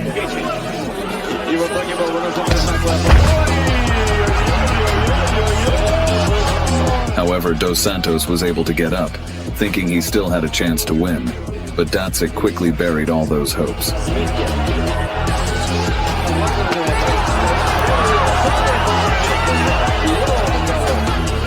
Dos Santos' confidence was completely gone, and he cowardly refused to continue the fight. Datsik showed Dos Santos who was the real lion in the pride, and who was the cowardly pussy.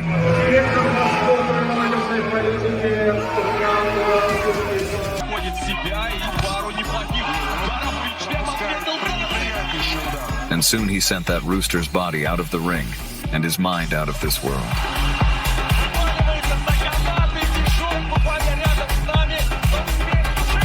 Having proven that some fraud couldn't beat him,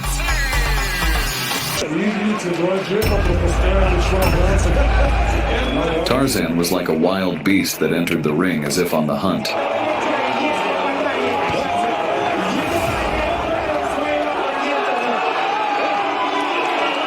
What do we have here? I am Gore, the last of your disciples. We have lost everything, but our faith in you never wavered, and now we await the promise. Is this why you celebrate? He thinks there's an eternal reward! Oh, no, sorry. There's no eternal reward for you, dog! What we're celebrating is a fresh kill. We just vanquished the holder of a necro sword. before we could harm any other gods with their cursed blade. Suffering for your gods is your only purpose. There's nothing for you after death, except death. I renounce you. Now your meaningless life finally does have a purpose. To sacrifice yourself to me.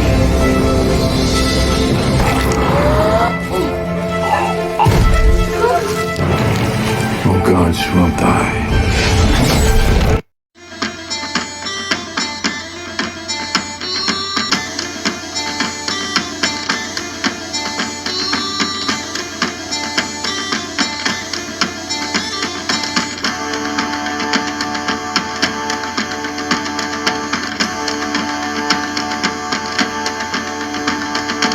Hello, merchant, you old fiend. We have grown tired of your greed. In the darkness, always creeping, looting our nations while we're sleeping. And though the cattle cars lie empty on the line, we'll bide our time, heating the ovens of Auschwitz. In restless dreams I walked alone, Munich streets of cobblestone, neath the halo of a street lamp, I raised my right arm and began Mein Kampf. Then our backs were stabbed by the flames of the Reichstag fire, a funeral pyre that lit the ovens of Auschwitz. And in the fire's light I saw 6 million Hebrews, maybe more, lying even when not speaking, poisoning young minds with false teachings. Commies telling us that we all had to share, yet no one dared to send the trains to Auschwitz. Fools say you do not know, Jewry like a cancer grows. Hear my words that I might teach you, raise right arms and I might reach you. The ovens of Auschwitz. And the people bowed and prayed to the volcano god enslaved. But one man left his warning, and in our hearts still lives his yearning. And the man said the lies of the rabbis can only be stopped by force and gas, of course. And in the ovens of Auschwitz.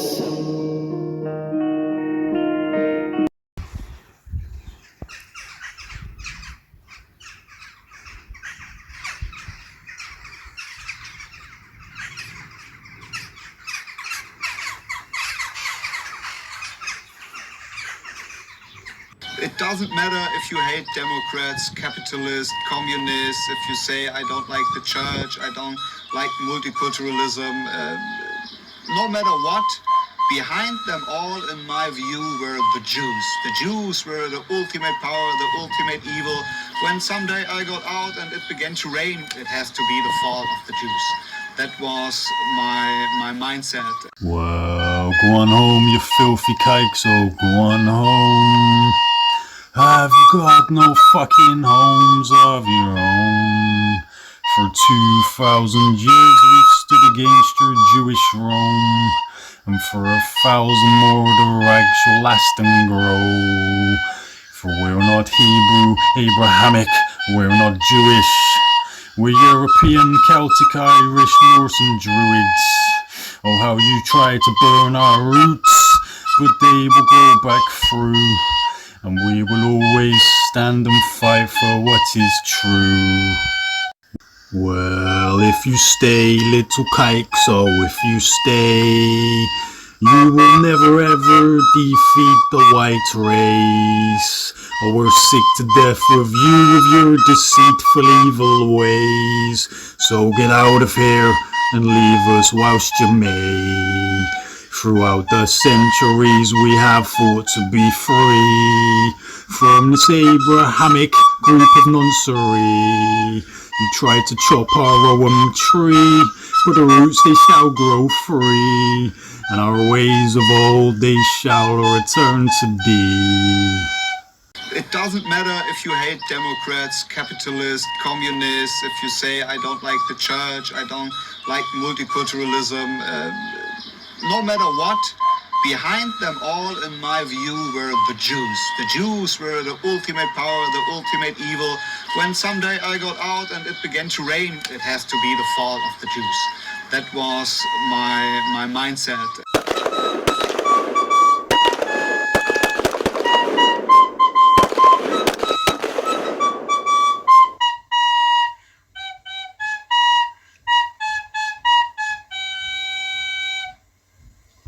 So you'll see, like I've been saying, how every aspect of Egypt, as well as the American pyramids, is native to the original Irish. And I've got two other documentaries already on the channel called The Lost History, Irish Origins, Part 1 and 2. They're both like about 3 hours long between the two videos, I think, so they're worth a good check, going a lot more in depth on this part of all the history.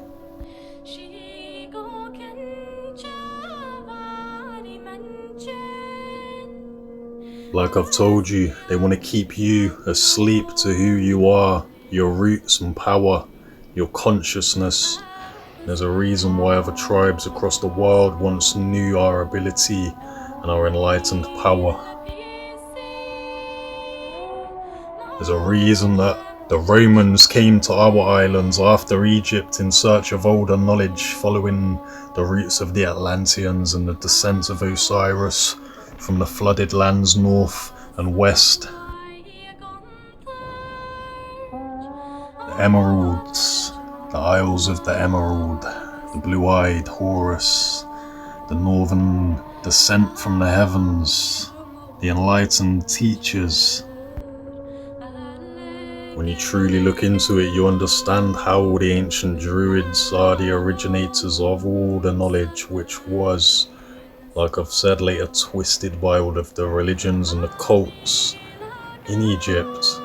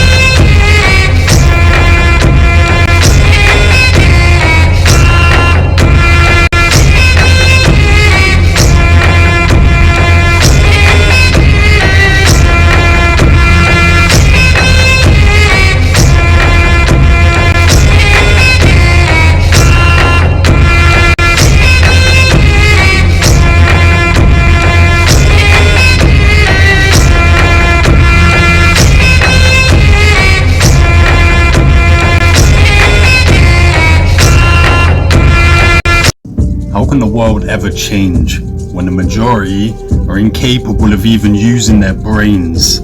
We replace a leader with another who does exactly the same, but in a different way, under a different name, for the same gains, for the same puppet masters that put him in his place. His planet's kind of becoming a disgrace, overpopulated with woke retards that claim they're awake when they ain't. A world full of slaves indoctrinated by Abrahamic institutional rape, where people are so brainwashed they seem to actually enjoy living in the delusions that they create. Society is a very mental experiment, and when broken down 3 ways, it's in the name: society. God's inside of you, your body is the temple. Learn to open the gates. And money ain't the root of all evil, it's those who created it to make people unequal. Seek humbleness, because one day the reaper will seek all. And understand they deceived and demonized our symbology to do bad with our sigil. The great spirits in every people, it was always there, was always here, long before Abrahamic religious twisted evil, long before the first stone temple or man-made steeple, an eternity before it was even named by the first tribes or people, long before any mosque, synagogue or cathedral. The year 2000, this is the level of brainwashing that needs upheaval. Don't believe what they teach, and remember that everybody is regal.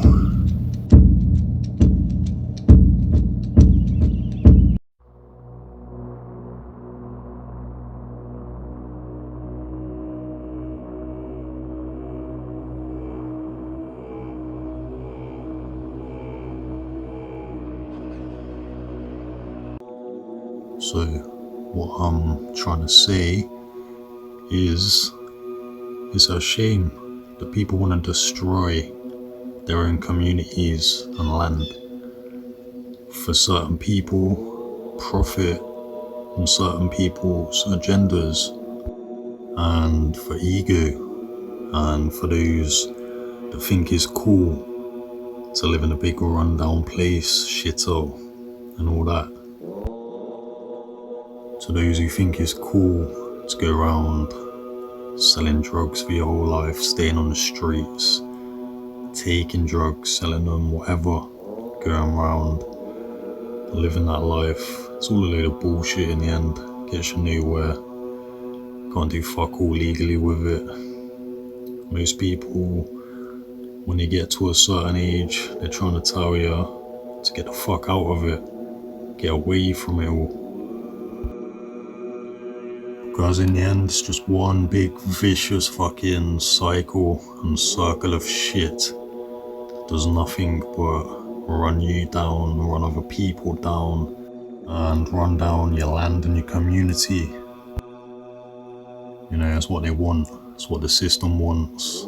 It's for everyone to be depressed, violent, angry, low self-esteem, whatever. They want everyone to be in this low, negative vibrational frequency to keep you controlled easily. So when you start understanding all this a little deeper, you start thinking, why do you want rivalry with your own people, your own towns and cities over who's rougher, who's worse, all this and that crap? It's all a load of nonsense to run you down, run down your people, and divide and destroy your land and nations. Right? You should be empowering your people, cleaning them up, helping them, making them understand knowledge, seek power, understanding, helping them be the best versions of themselves that they can, wising people up. Because we ain't each other's fucking enemies at the end of the day, the average citizens on the streets. We shouldn't be fighting each other. We should be uniting into a bigger force, an unstoppable unit, and dealing with real problems in the country, real corruption within the system and the establishment and politics, and all the people ruining and allowing the destruction of our nations and people.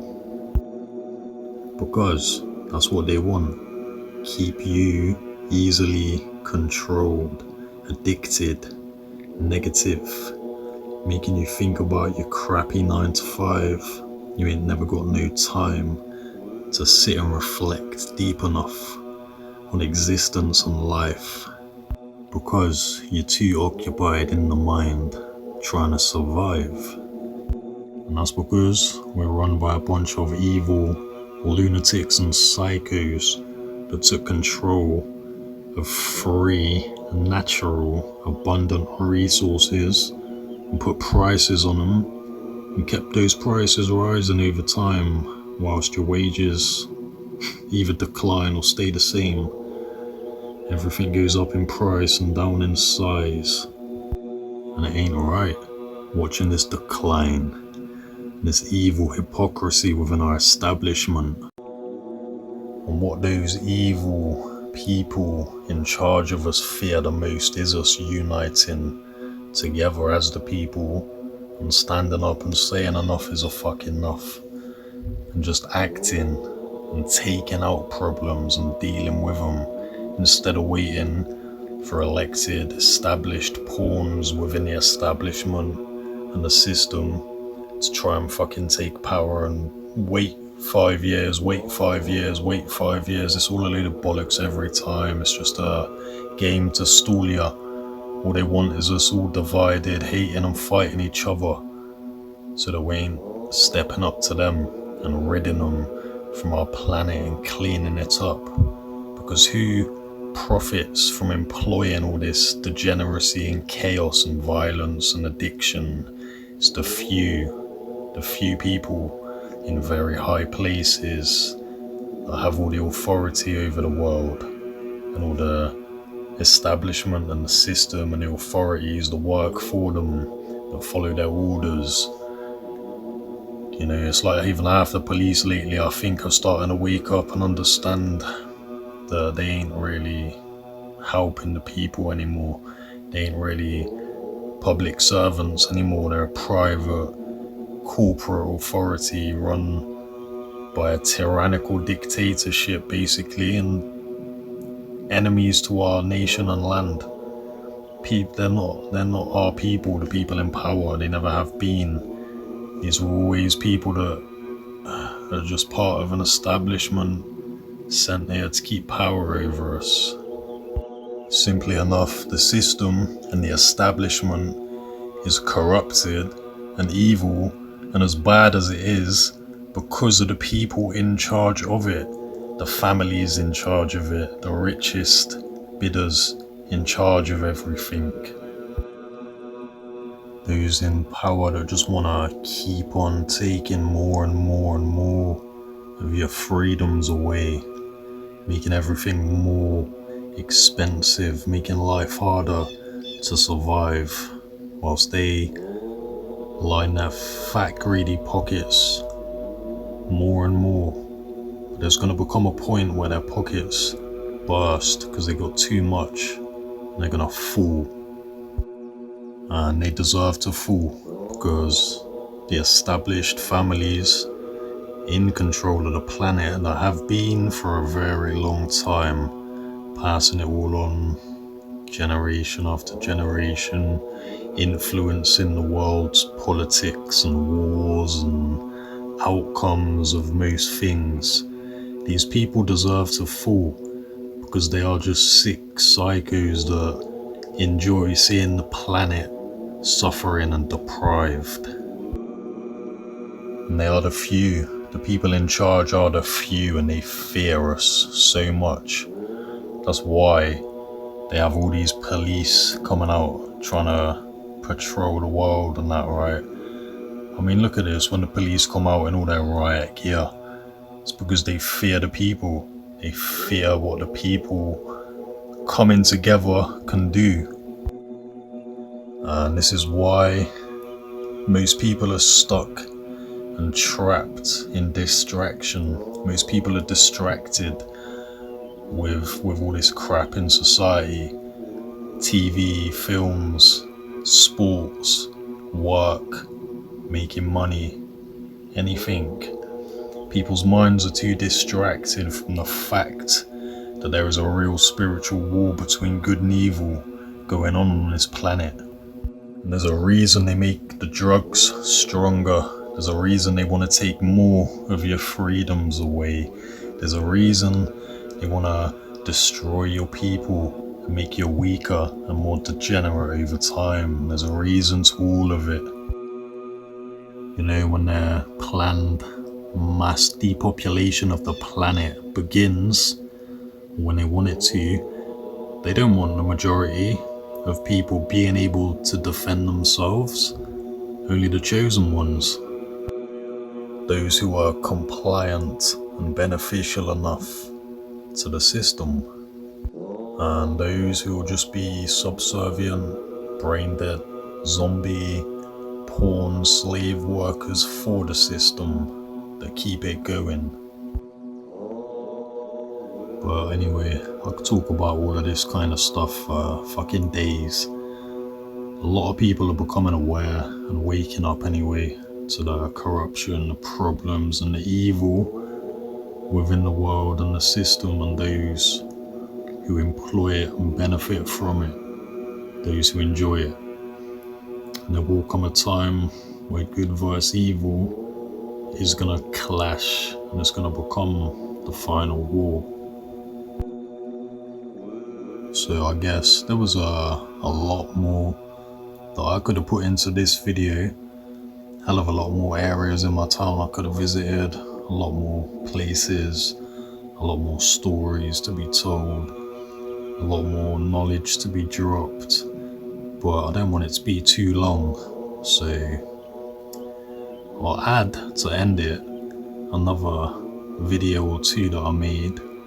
They're only short little like 2-minute videos to bring it to an end, and it'll be pretty thought-provoking about where the world and humanity is going, and it'll give people an understanding of this real war that is coming between good and evil.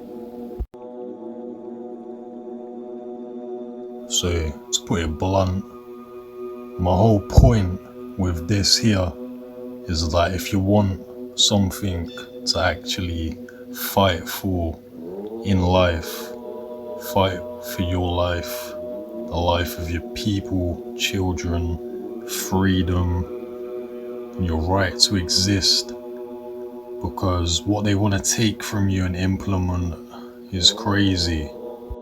Fight for what is natural, because that's what they want to destroy. They want totalitarian control and surveillance. They don't want anyone doing what they don't want you to do.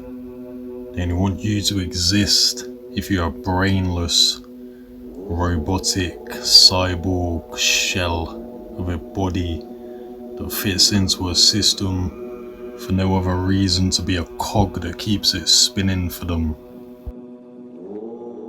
They want everybody to know everybody's thoughts and be able to persecute instantly thought crimes and crimes that go against the system.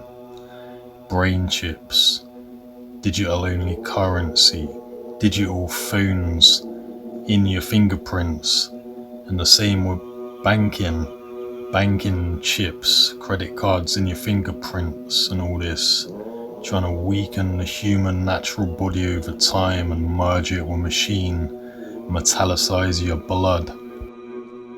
These globalists, the elitists, Talmudists, the families in charge of the world, the system, the religions and establishment, they're all part of the same club. And everything across the world is just staged and ployed to create certain outcomes for their agendas. You know, the bigger picture also for people, if you've ever read about things like Project 2045, Project Avatar, you know, what they call the next step of human evolution, merging man with machine, creating immortality will seriously prolong life. And you know, even had the Dalai Lama signed up to that actually, But you see, their aim with that was to eradicate racism, disease, pain, the need for surgery, no more need to sleep or even breathe oxygen, right? Think about all that. You could get sent out to space then, colonizing other planets, not needing to breathe or sleep. Do you know what I mean? That's the bigger picture also. We're slowly being pushed through all this gender stuff that's going on and all this child grooming being normalised and softened in the media, all this gender neutrality bollocks, you know what I mean? If you know what I'm getting at. But that's another bigger picture, is the Project 2045. That will be the real Matrix. You don't live in the Matrix yet. You will, unless you stand up about it and do something. You are going to wave goodbye to most of your human rights and your connection to nature and spirit and energy. Truly once and for all. Right? All of this hiding the real truth from you, all of the religions. The clearest one is Christianity, with the symbolism that retained it, with the serpent ascending the spine, the apple fruiting within, Adam and Eve hiding their privates, semen retention, Kundalini meditation, the serpent rising, Jacob's ladder, the spine, Jesus dying at 33, arising, giving sight to the blind, the 33rd vertebrae where the DMT is created atop. There's a way bigger picture that most are so blinded to, they just would not understand.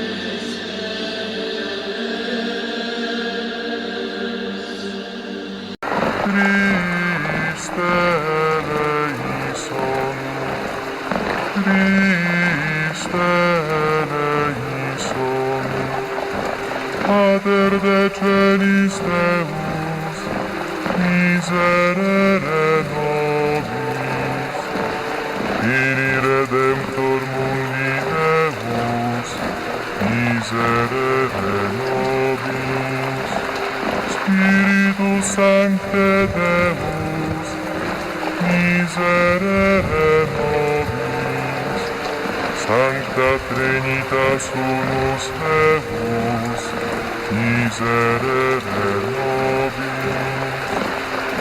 Sancta Maria, ora pro nobis. Sancta Dei Genitrix, ora pro nobis. Sancta Virgo Virginum, ora pro nobis, Mater Christi, ora pro nobis, Mater Ecclesiae, ora pro nobis, Mater Divinae Gratiae, ora pro nobis, Mater Purissima, ora pro nobis, Mater Castissima, ora pro nobis, Mater Inviolata, ora pro nobis, Mater Intemerata, ora pro nobis, Mater Amabilis, ora pro nobis, Mater Admirabilis, ora pro nobis. Many Pleiadians have left messages on Earth that they do not and should not be worshipped. They promote spiritual evolution, but are liberating fighters when necessary, and most fight wars, and the Orion and Altair groups, who are the Pleiadians that supported the Nazi Party. Pleiadians have an active program in assistance of the elevation of consciousness, assisting in finding freedom from the oppressive servitude of the Empire. This is why they only choose to work in the background, especially in the military operations on Earth. As such, they entice awareness opening through education, information, and channelings with spiritual mediums working through the high frequencies of the energy grid. Pleiadian views on life are that all life is immortal, that the soul is eternal, because all life forms are a fractal of Source. Each being is made of a substance that is part of the creator of all, known as the Source. Source will never die because Source was never born. The Source is the great force that is love. Other than this view, they have no gods or idols like earthlings. They do not see themselves as saviors, as they believe human souls gain nothing by being saved, as it detracts from their own evolutionary experience of finding the creator of all and the source within themselves. They are those who earthlings call Pleiadians of light. They are the highest level of evolution in the man race. They leave when they wish, when they feel they have served their time serving the source and wish to merge back again with it. They then regenerate and come back in a new existence for a new mission. Many in the past and present consider them as ambassadors of enlightenment, attuned to the universe's symphony. Throughout history, they've been intertwined with human consciousness, mentioned in ancient stories and revered as guides of spiritual growth. Many have communicated with them through mystical channels, receiving teachings beyond mortal understanding. A pale-skinned, grey-skinned and fair-skinned, blue-eyed, blonde, white or dark brown-haired race, indistinguishable from Nordic earthlings. They are a spiritual race, cultivating arts, serving attainment, inner peace and spiritual ascension. So I'll just play another little song with some more pictures I put together on that here. But the next part of the video, before we bring it to its end soon, will be about a petition for independence once again and reclamation of our own roots.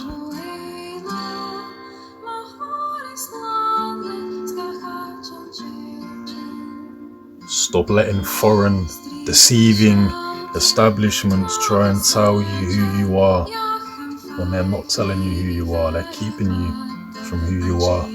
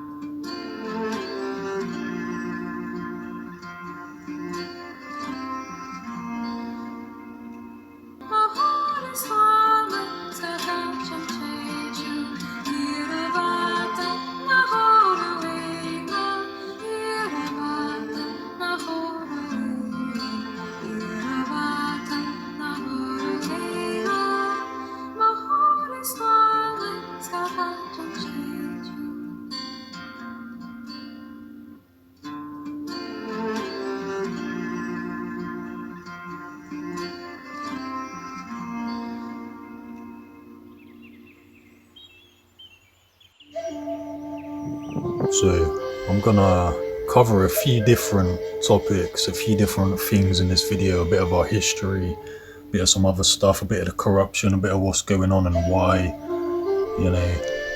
But I'm gonna start by just saying everything's in plain sight. The answers that you want are already there.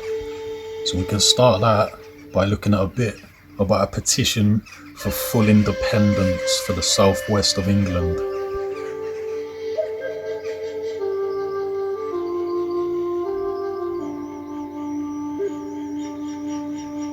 So recently, parts of Cornwall and the southwest and other parts of the west country have wanted to reconnect with our own Celtic roots and our own history. And we've been wanting to leave this establishment's nonsense and all the corruption going on over in London, fucking over the rest of the country with the head-ups in Westminster and whatnot. So there was an article about, now Cornwall wants out. Historic Celtic nation wants its own nation to be restored. With Brexit threatening to tear Britain apart, even Cornwall joins calls for independence from the United Kingdom. That was a few years back. Another one about the constitutional status of Cornwall.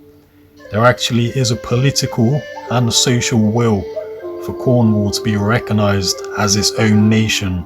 Constitutionally, Cornwall has the right to a level of self-governance. We are our own Celtic nation and roots beyond anything.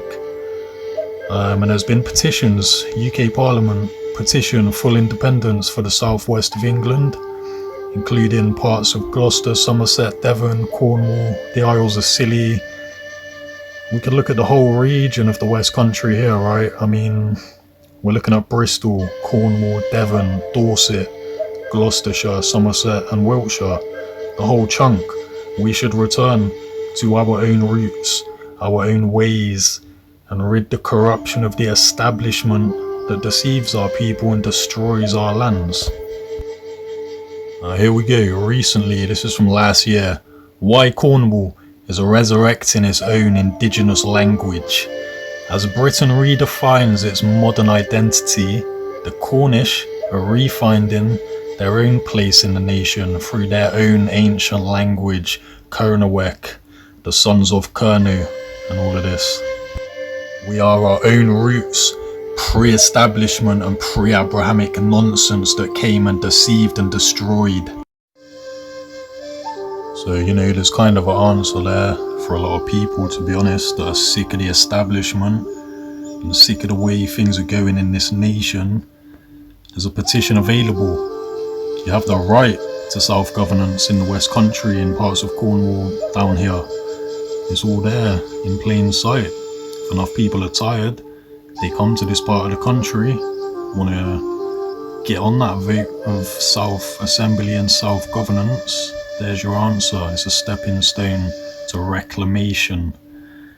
Have your say. Do you want a fully independent Cornwall? Do you want to take it further? Do you want a fully independent West Country? A Celtic reclamation? Because honestly, the way that I see it, the past decade, many people are waking up to their own roots. Like I said, pre-establishment, pre-Abrahamic religious and all of that.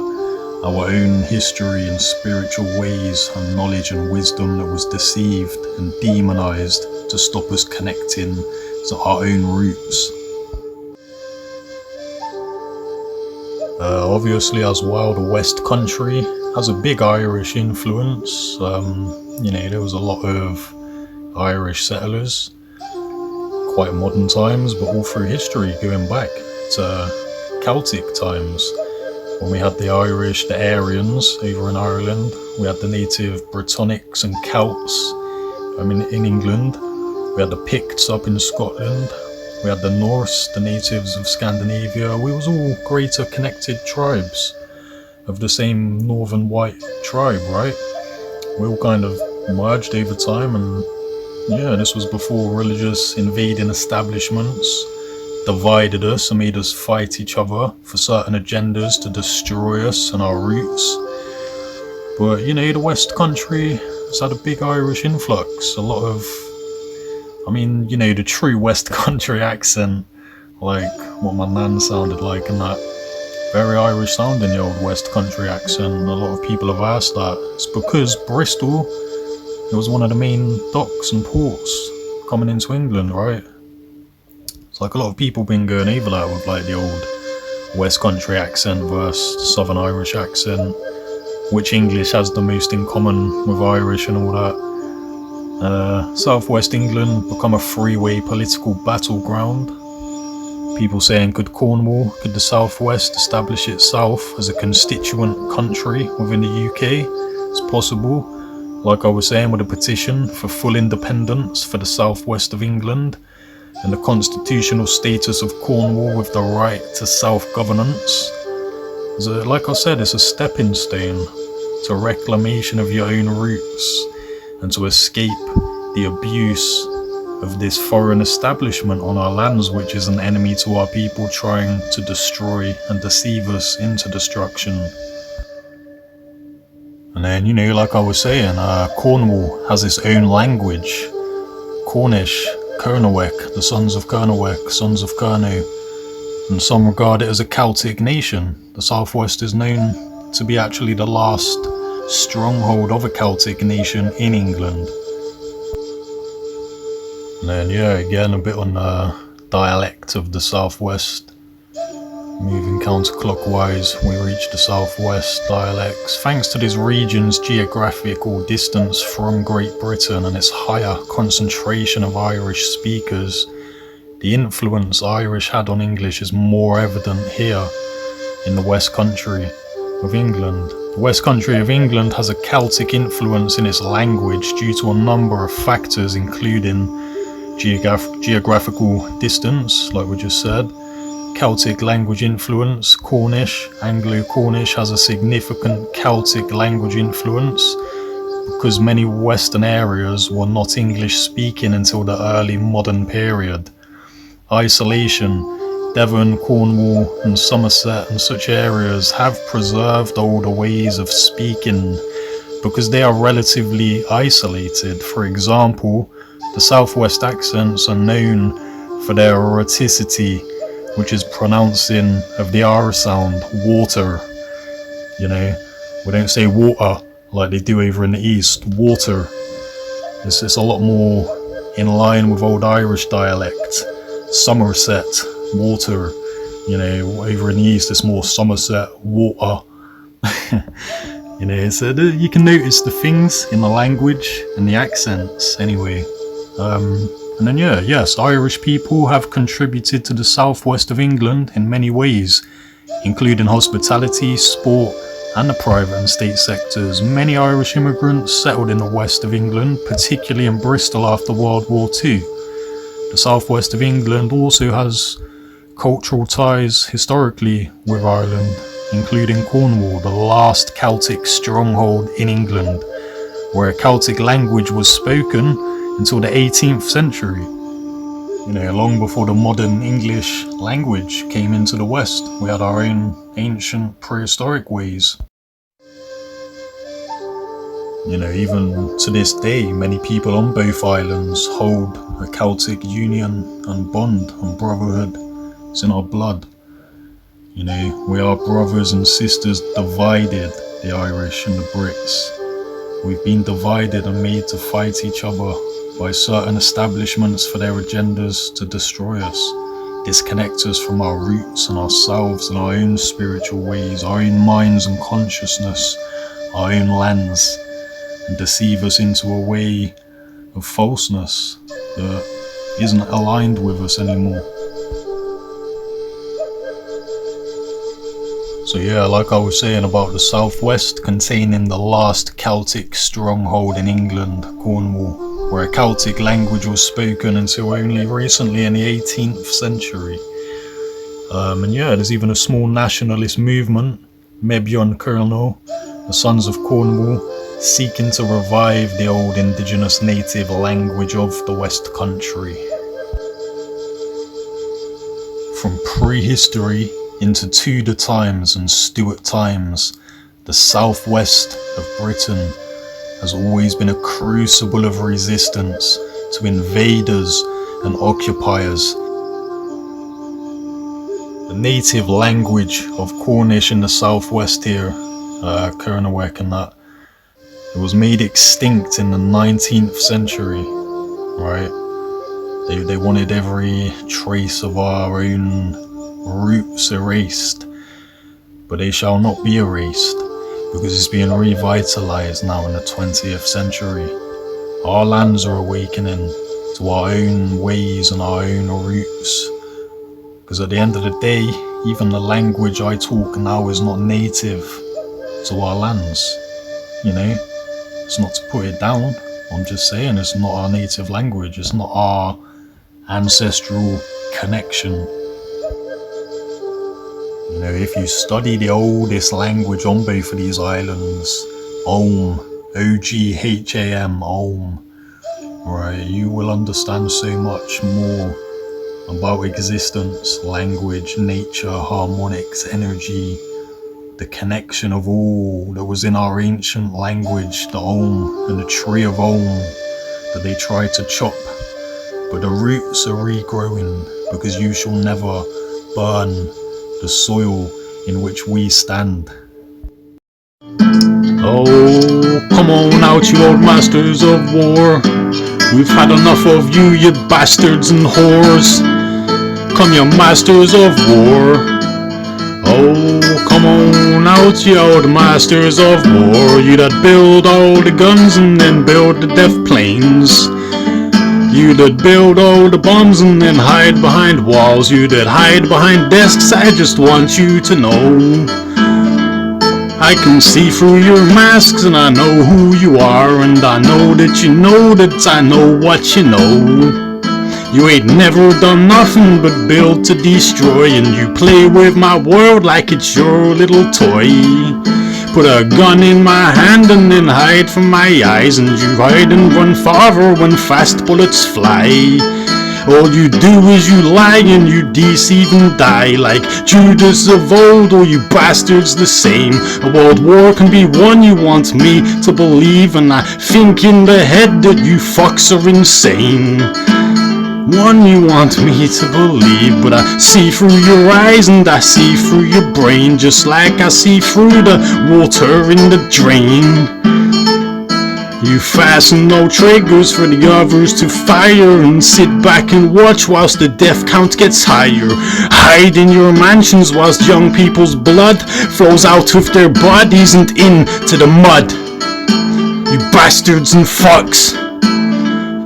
And you've thrown the worst fears now that ever is being born, and that's fear to bring children up into this world for threatening my baby unborn and unnamed. You ain't worth the blood that runs in your veins.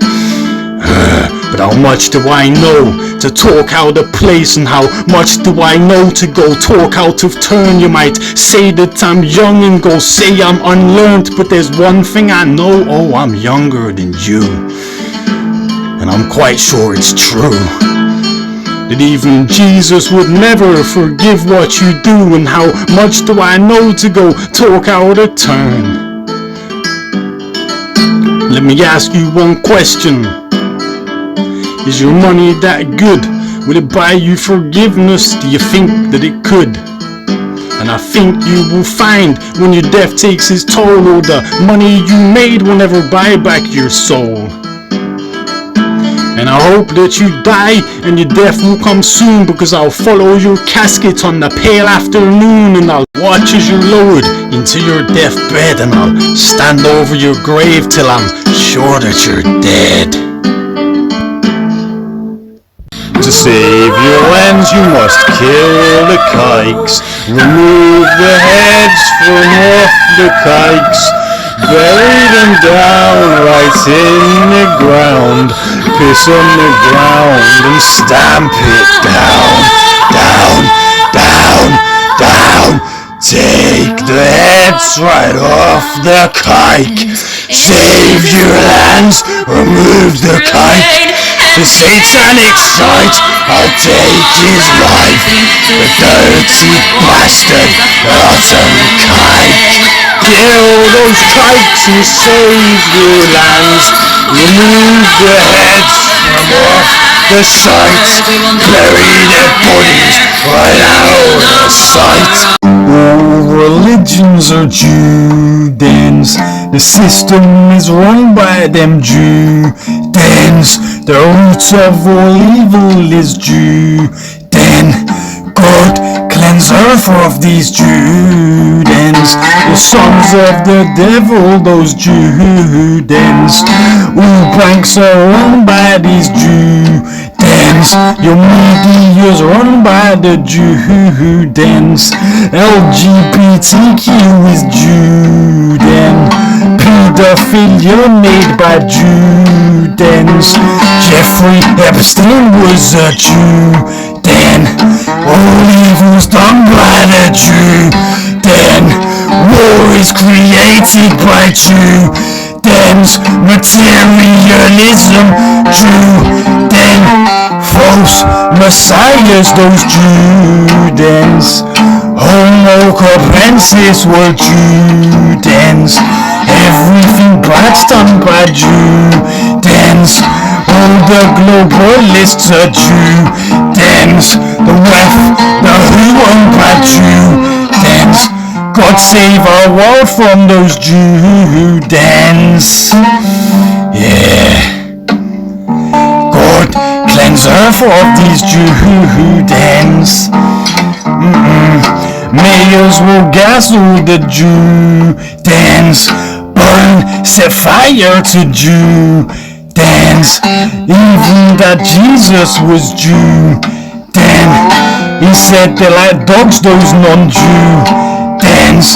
The church calls you beast if non-Jew den. Christianity is Jew den, that Mohammed's mother was Jew den.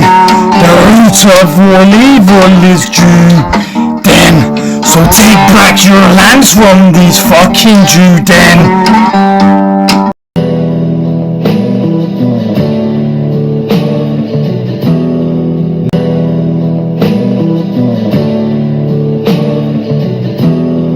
Knights of white Europe, our homeland will defend. Whoever we've imported, they'll go back in the end.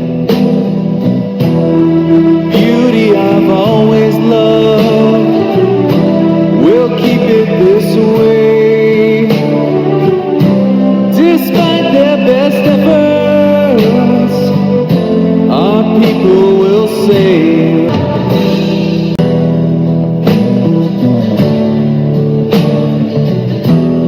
Knights of White Europe, our homeland will defend. Whoever we've imported, they'll go back in the end.